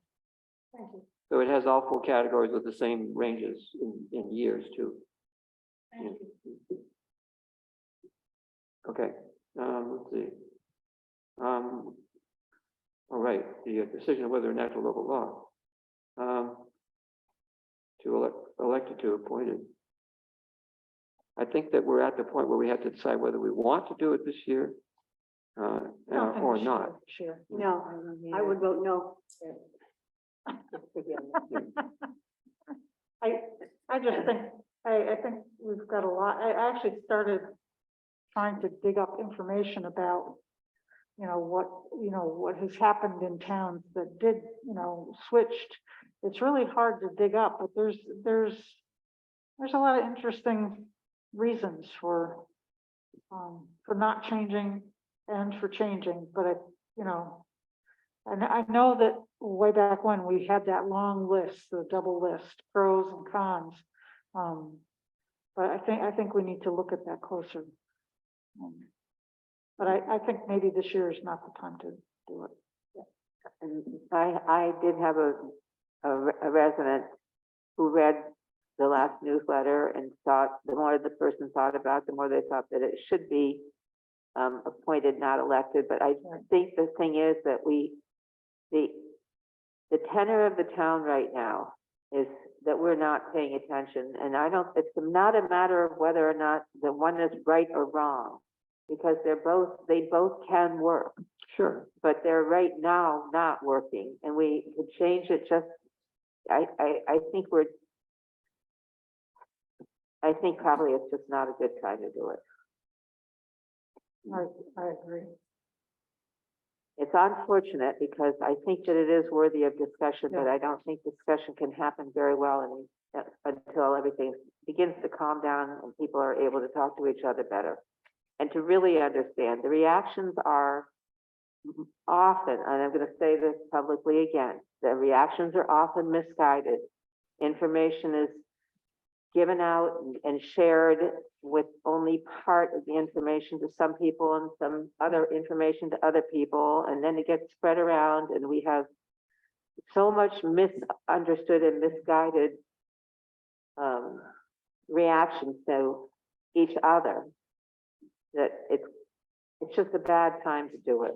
I think that we need to, if we could, I mean, for one thing, another thing, and this is slightly off the subject, and please forgive me, but speeding is everywhere. It's not just in Danby. It's not just on Nelson Road. It's not just on South Danby Road. It's not dead animals or hurt, injured animals. It's everywhere. And it probably goes along with all the rest of the stuff that's going on that's making people short-tempered, not just here. Yeah, noise is everywhere. And we cannot, I mean, the fact is, the sheriff, in the past, I've been told that the sheriff would like to be able to come after motorcycles, and here somebody said they won't. And so I know that so all of these things are happening. So if we don't need to do a couple of them, like change this, probably better to leave this one alone. That's me. Do it in a non-election year. Yeah. Might also help. it might. I mean, the question is, would there be a better time later? Yeah. Yeah. What kind of turnout will there be in a non-election year? You mean at a meeting? Oh, for something like this? Well, you could make a case that you might, it's going to be tied to a general election.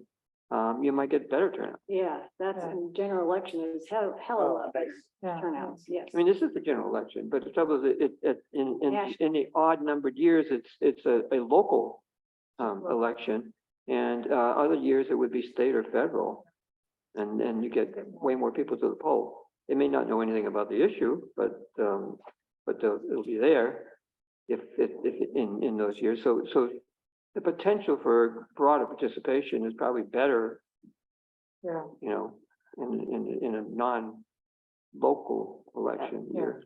And I think maybe another part of this is, although that last meeting was pretty painful, 2.5 hours of our being told we weren't listening when we are, but being accosted with those words, perhaps if we were able to have those kind of meetings a little more frequently, like, I don't want to present and make a proposal for it, but I think that a general meeting like that where there isn't town business to be had probably would go a long way to help us and any board in the future to have what we called it. It wasn't a hearing, and that's another one things that happened. Right. People called it a hearing. It wasn't a hearing. It was supposed to be a listening time. And, you know, this is another part of the information. So if we had that, then we could have meetings where people could actually talk about, why would you change something like that? Mm-hmm. And then, I mean, the person who told me said, well, why wouldn't you appoint somebody? Because then people would have to apply with credentials. Right. But, you know, no matter what we do, we're not, the reaction is that we need to have people engaged to understand so that it works better. Mhm. So I'm hearing a board majority here uninterested in proposing it this year. But I'm in favor of waiting. Wait, And drag out the old documents and, yeah, I keep going back to the example of when that election thing backfired, with the highway department. I mean, it's, people maybe don't have those examples of how it cannot be helpful. Especially when there's more of one party in the town than another. mhm. Well, that's true. So my own inclination would be to propose it, but only for the clerk. Because I mean, the voters have already told us twice when we proposed making the highway superintendent appointed instead of elected, that they wanted it elected. So, I mean, I think it would be looking like, well, you can't take no for an answer, but it has not been asked of the clerk before, to my knowledge. I'm assuming that people would have the same reaction. Yes. I'm assuming. So too. The You might. reaction was, you're taking away my vote, my right to vote. That was the reaction, had nothing to do with the position. Right. Yeah. Which is true. I mean, it's Well, one less position that you'd be able to vote for. I mean, Yeah, so I think we should just wait. I think. okay, sorry. all right. I think so too. I mean, Yeah. do we have to propose to table it or just not do it? Just not do it. Just not do it. Well, suppose it might be something we could report to say the board decided not to. If we make it, a motion to say, let's not do it this year. Make a motion that we don't consider Either. asking the public whether they'd agree to Well, we don't consider passing a local law subject referendum. local law, Yeah. and then, This you year. say it then. Yeah, well, okay. I move that we decide not to pass a local or propose, do we not consider a local law Right. to change from elected to appointed for either highway superintendent or the town clerk this year. At this time, yeah. Yeah. I'll second that. Any more discussion? Not Not, Steve. I'm hearing that, it's not a good time. But is there another argument to be made other than it's not a good time? I made the argument before.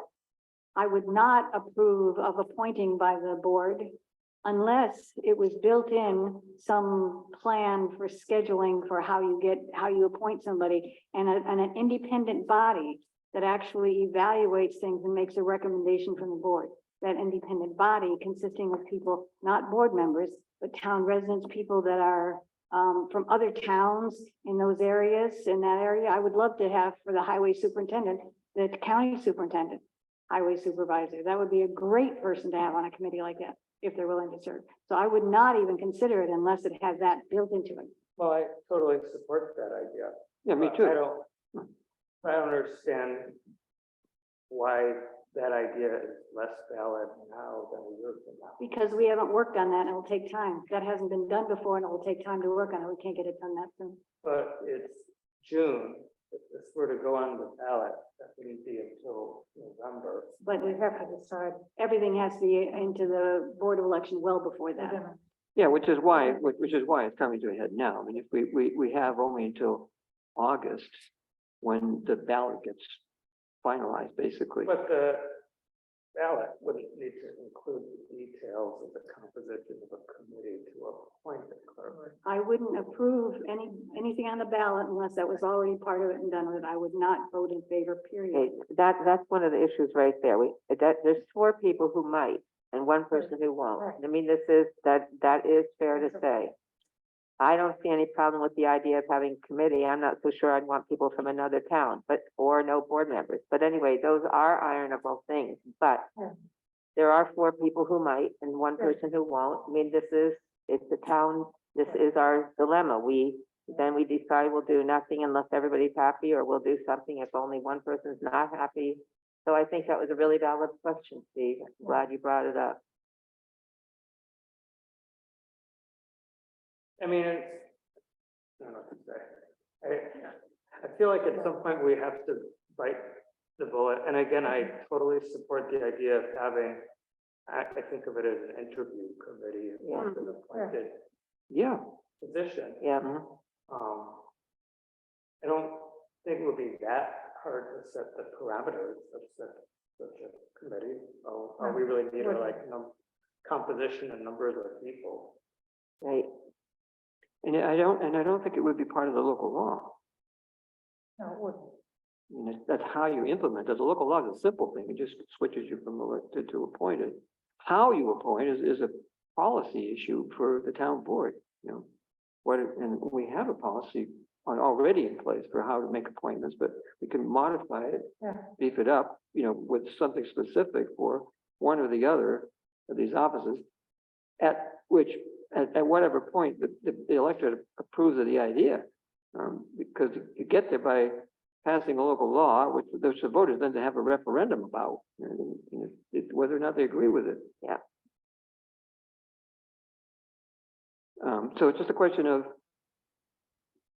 well, it's a couple questions, you know, is it something that it would be good to do? And I would argue it is. And then the question is now the right time to propose it, which is a completely different question. But what I'm hearing is, well, it might be a good idea, but not now. I mean, some of it is, I feel like we've just got so many things on our plate, and trying to get, you know, residents involved in different, you know, whether it be short-term rental or noise issues or, you know, I would like us to, and Dave brought up, you know, wanting us to look at some of the zoning for folks, and I still, you know, there's a couple of zoning things I keep bringing up. So I feel like maybe it's just too much right now, and not just, and you know,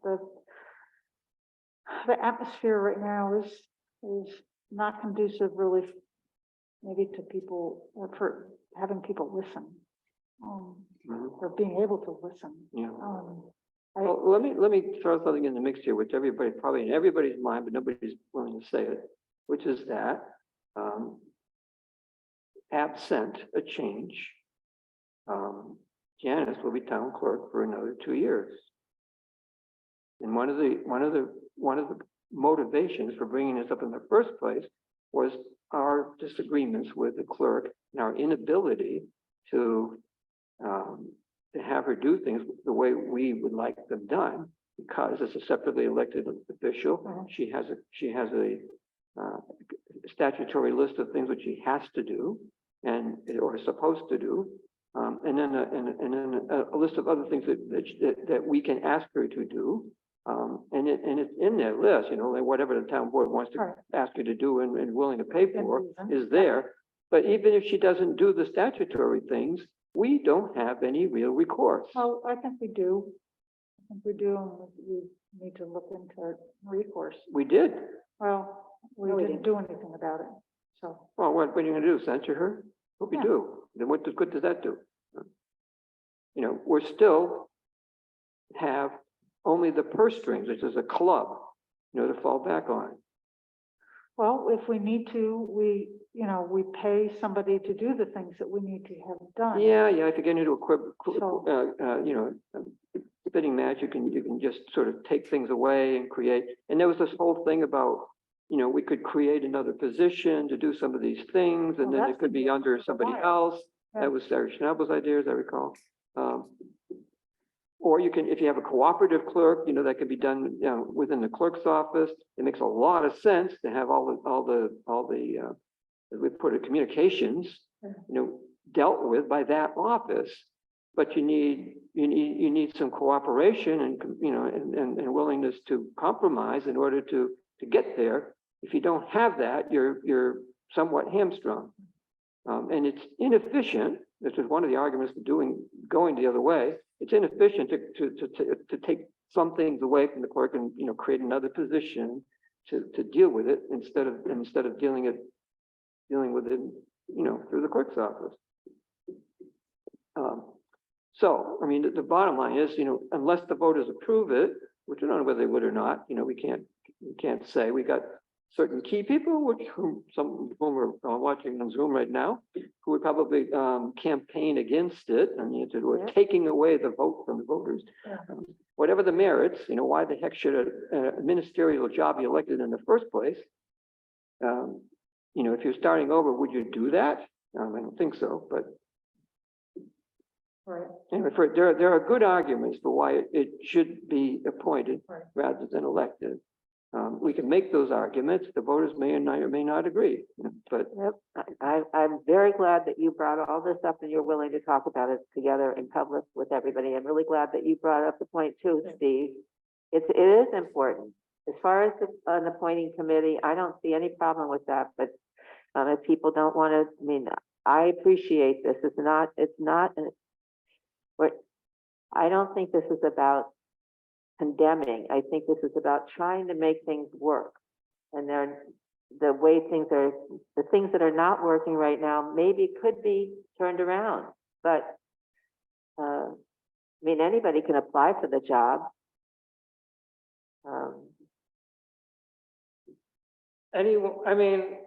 I guess I come to this from the perspective of the school district, which has elected board members. They have never had an elected clerk. And it doesn't, and I don't think we have to view this through a lens of personality. It just doesn't make any sense. If I lived in a community that was predominantly Republican, and there was there's a Republican candidate who had no skills and a Democratic candidate who was very capable, I wouldn't want to have a clerk who had no skills because they happen to belong to the majority party. And as we've said numerous times, the clerk doesn't vote on policy. The politics don't really enter into it. You're competent or you're not competent. It just makes sense for that person to be appointed, not elected.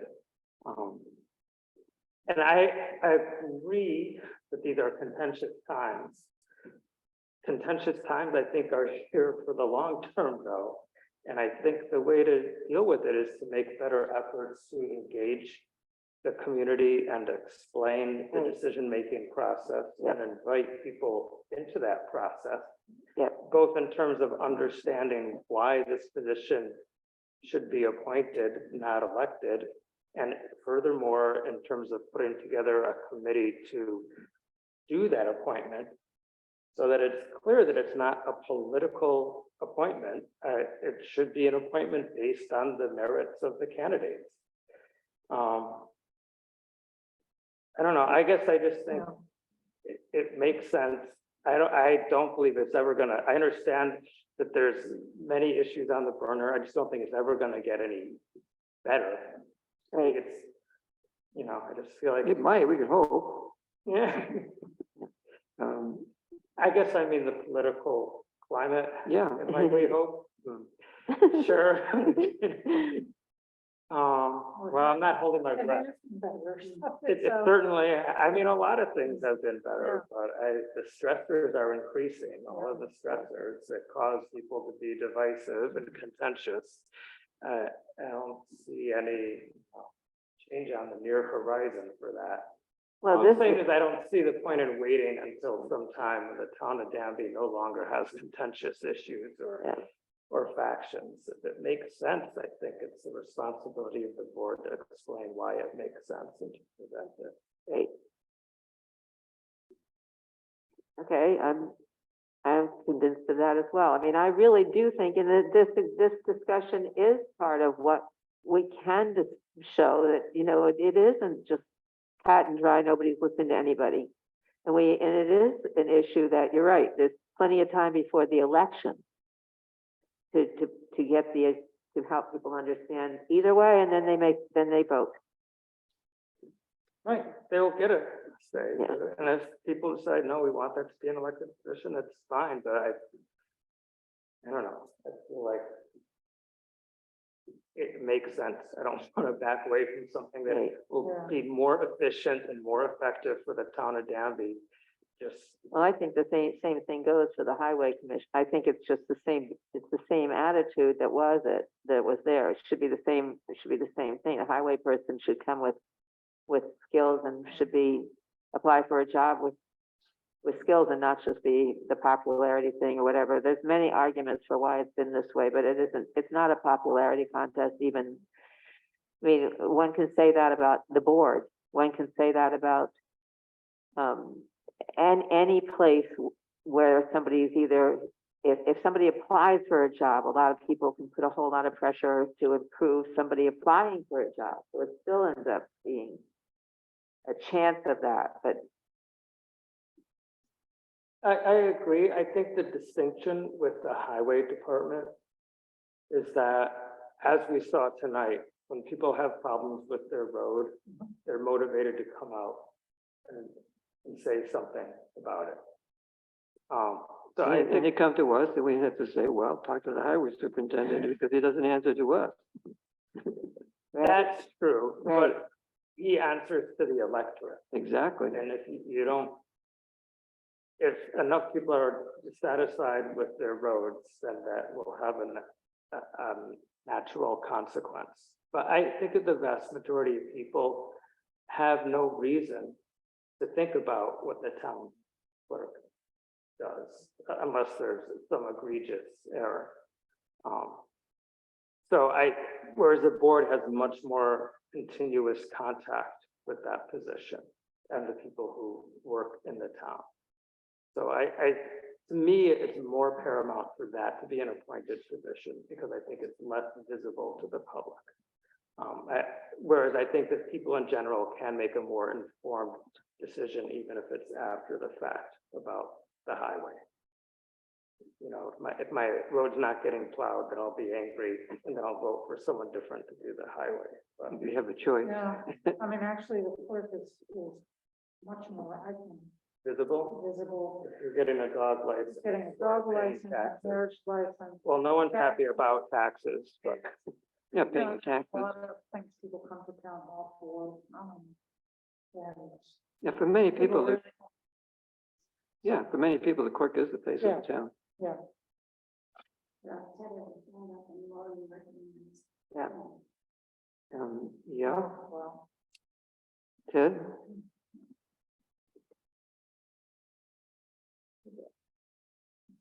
There you go. Thanks. Listen, I don't want to mix into this any more than necessary, but I did want to correct what I believe is a mistake. Steve, when you pointed out that the school district appoints a clerk, I must remind you that New York State Town Law created the office of Town Clerk. New York State Education Law does not create an office of a district clerk. The clerk is hired by the school board, which is created by the law. The situations aren't at all parallel. The clerk of the school district works for the school board, the elected officials. New York State Town Law does not have it that way, and that's a very important distinction. Thanks. Gary wanted to say something too. Gary? Yep, it has nothing to do with what we're talking about, but I see on the agenda that it was brought up that possible action on Danby Senior's additional funding reserves. Teresa couldn't make it to tonight's meeting. She told me to tell you people that she is working on a spreadsheet and she'll have it ready for you for the next meeting. Great, Thanks. great, thanks. If that makes any sense. I have no idea what she's talking about, but that's what she told me to tell you. Yeah, Thank thanks. Yeah, we pulled it from the agenda because I know we didn't have that information yet. Yeah. Okay, so coming back to the issue at hand, Pat pointed out we're past time, yes. Past 2 hours. Well, yeah. Either vote, because I've got to go home and feed that back. But anyway, are we gonna do 15 minutes? We're doing whatever. We have to do something. I don't. 10 minutes. 10 minutes. More, yeah, okay. You notice that we went 15 minutes past the deadline to extend our meeting. We're going to extend it 10 minutes past where we are now to come to a resolution on this matter. So that was the motion by Leslie. I'll second it. The procedural motion, we can just go right to it. Janice? Connors, Yes. Hunter, Yes. Weissburg, Yes. Woodworth, Yes. Gagnon. Yes. All right, so back to the question. I hear wavering. Yep. I personally don't think that it would be prudent or effective to propose both offices. Because the boards have been asked twice before whether they were willing to have the highway superintendent be appointed, and they have twice said no. Very close. It was very close. It was close both times, I recall. Yeah. But nevertheless, I think pairing them might not be such a right thing to do. The best chance of it being viewed with some objectivity, I would say, is if we don't associate them. And even if we wanted to propose both, they would be separate proposals anyway. They would. Yeah, I don't think you can. I don't think you can pass a local law to change both of them. We'd have two local laws, one for one and one for the other. And I just don't think it's a good idea, but because of the history. Well, do you want to propose a local law and we set a public hearing? That's how we would do it. And then we can hear what people have to say. Yeah. In fact, we have the local law already drafted. Right, okay. Guy already wrote it up for us 2 months ago. Well, that might not be a bad idea to have a public hearing and hear what people have to say. Yep. Yeah. But we also need to. A public hearing on a law already means we have a law in place. But we argue. No, you have the public hearing before you pass the law. Proposed. It's a proposed, but it's a proposed law. It's not an open hearing. It's a public hearing on a proposal. It's not like we did for the noise law. No, because we didn't have a. We didn't have a didn't have noise law, we and didn't it was just, that was just a, let's hear what people Did had that on to say. purpose, so we would not be voting, we would not have something that said a law. But that wasn't a Not the public same hearing. thing. Independent of it. That wasn't a public. That wasn't a public It hearing. wasn't, that's what I'm saying. It was a That forum. not a public hearing. Right. Right. If we propose, if we want to propose this law, we have to have a formal public hearing Right. in advance of our, Right, but we Passage. could also have something informal to see, get feedback. yeah, we before do could, that. except that it's not time There's to a time, vote. there's a time issue. Yeah, because we have to,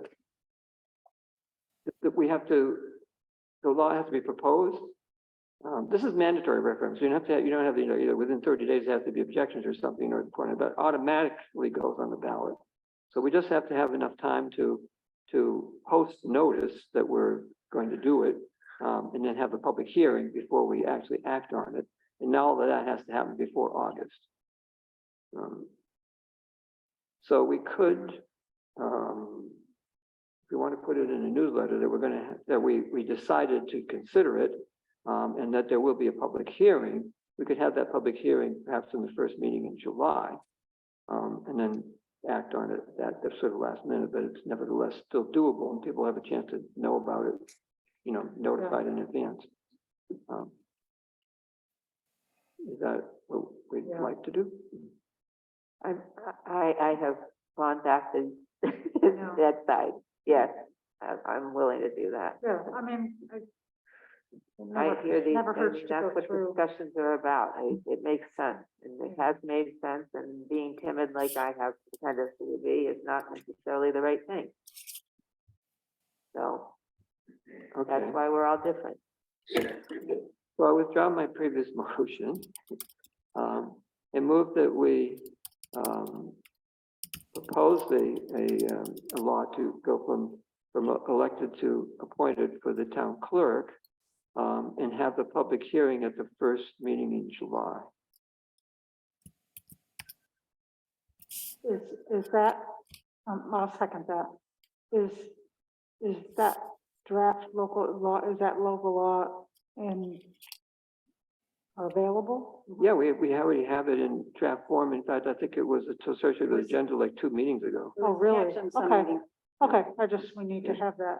Yeah, needs we to have, be- we have it in hand already. Okay, Does,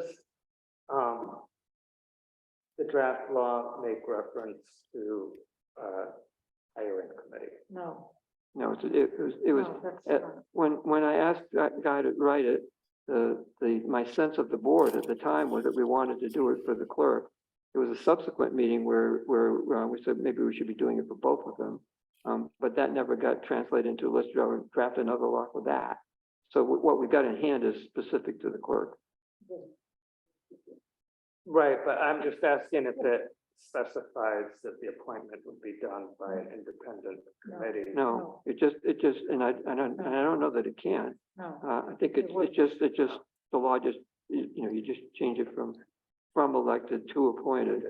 And then it's up to, it's a board policy question then of how you go about making the appointment.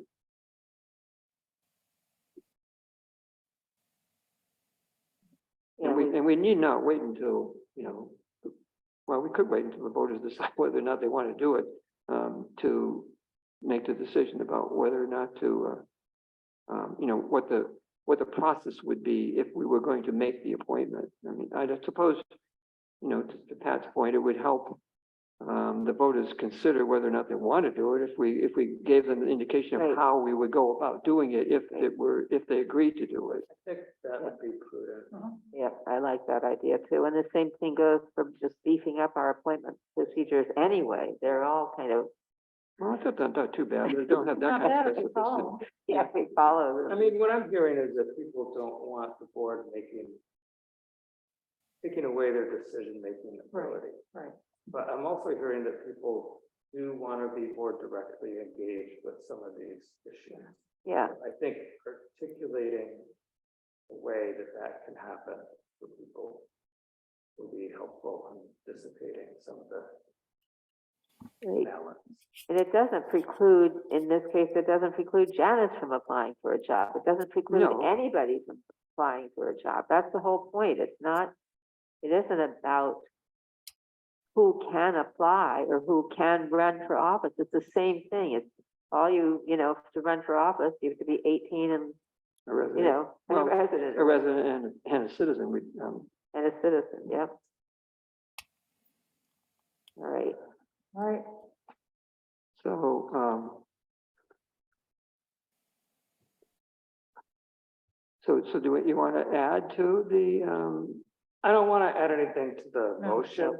no, I mean, I think it might be good to decide how we go about creating, setting forth what a policy could look like for implementing appointment procedure. I don't want to do that right now. I don't either, but I'm willing to ask Pat to come up with to propose something that we can chew on, which we could then take up. We needn't wait, in other words, that we could deal with that next time. Okay, Yeah, all right. if you're willing to. She's writing it down. Yeah. Are we ready to vote on the question? Yeah. Janice? Okay, so I have that you are scheduling the public hearing for July 5th at 7 PM. Correct? Seven? Yes. 'Cause that's when the meeting is. Oh, okay. Because it's on the Wednesday, July 5th at 7. Okay. Connors, Yes. Hunter, Yes.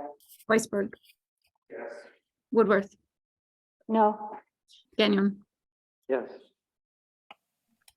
And that's as much as we're willing to do, right? Yep. Okay, so, meeting adjourned. Thank you all.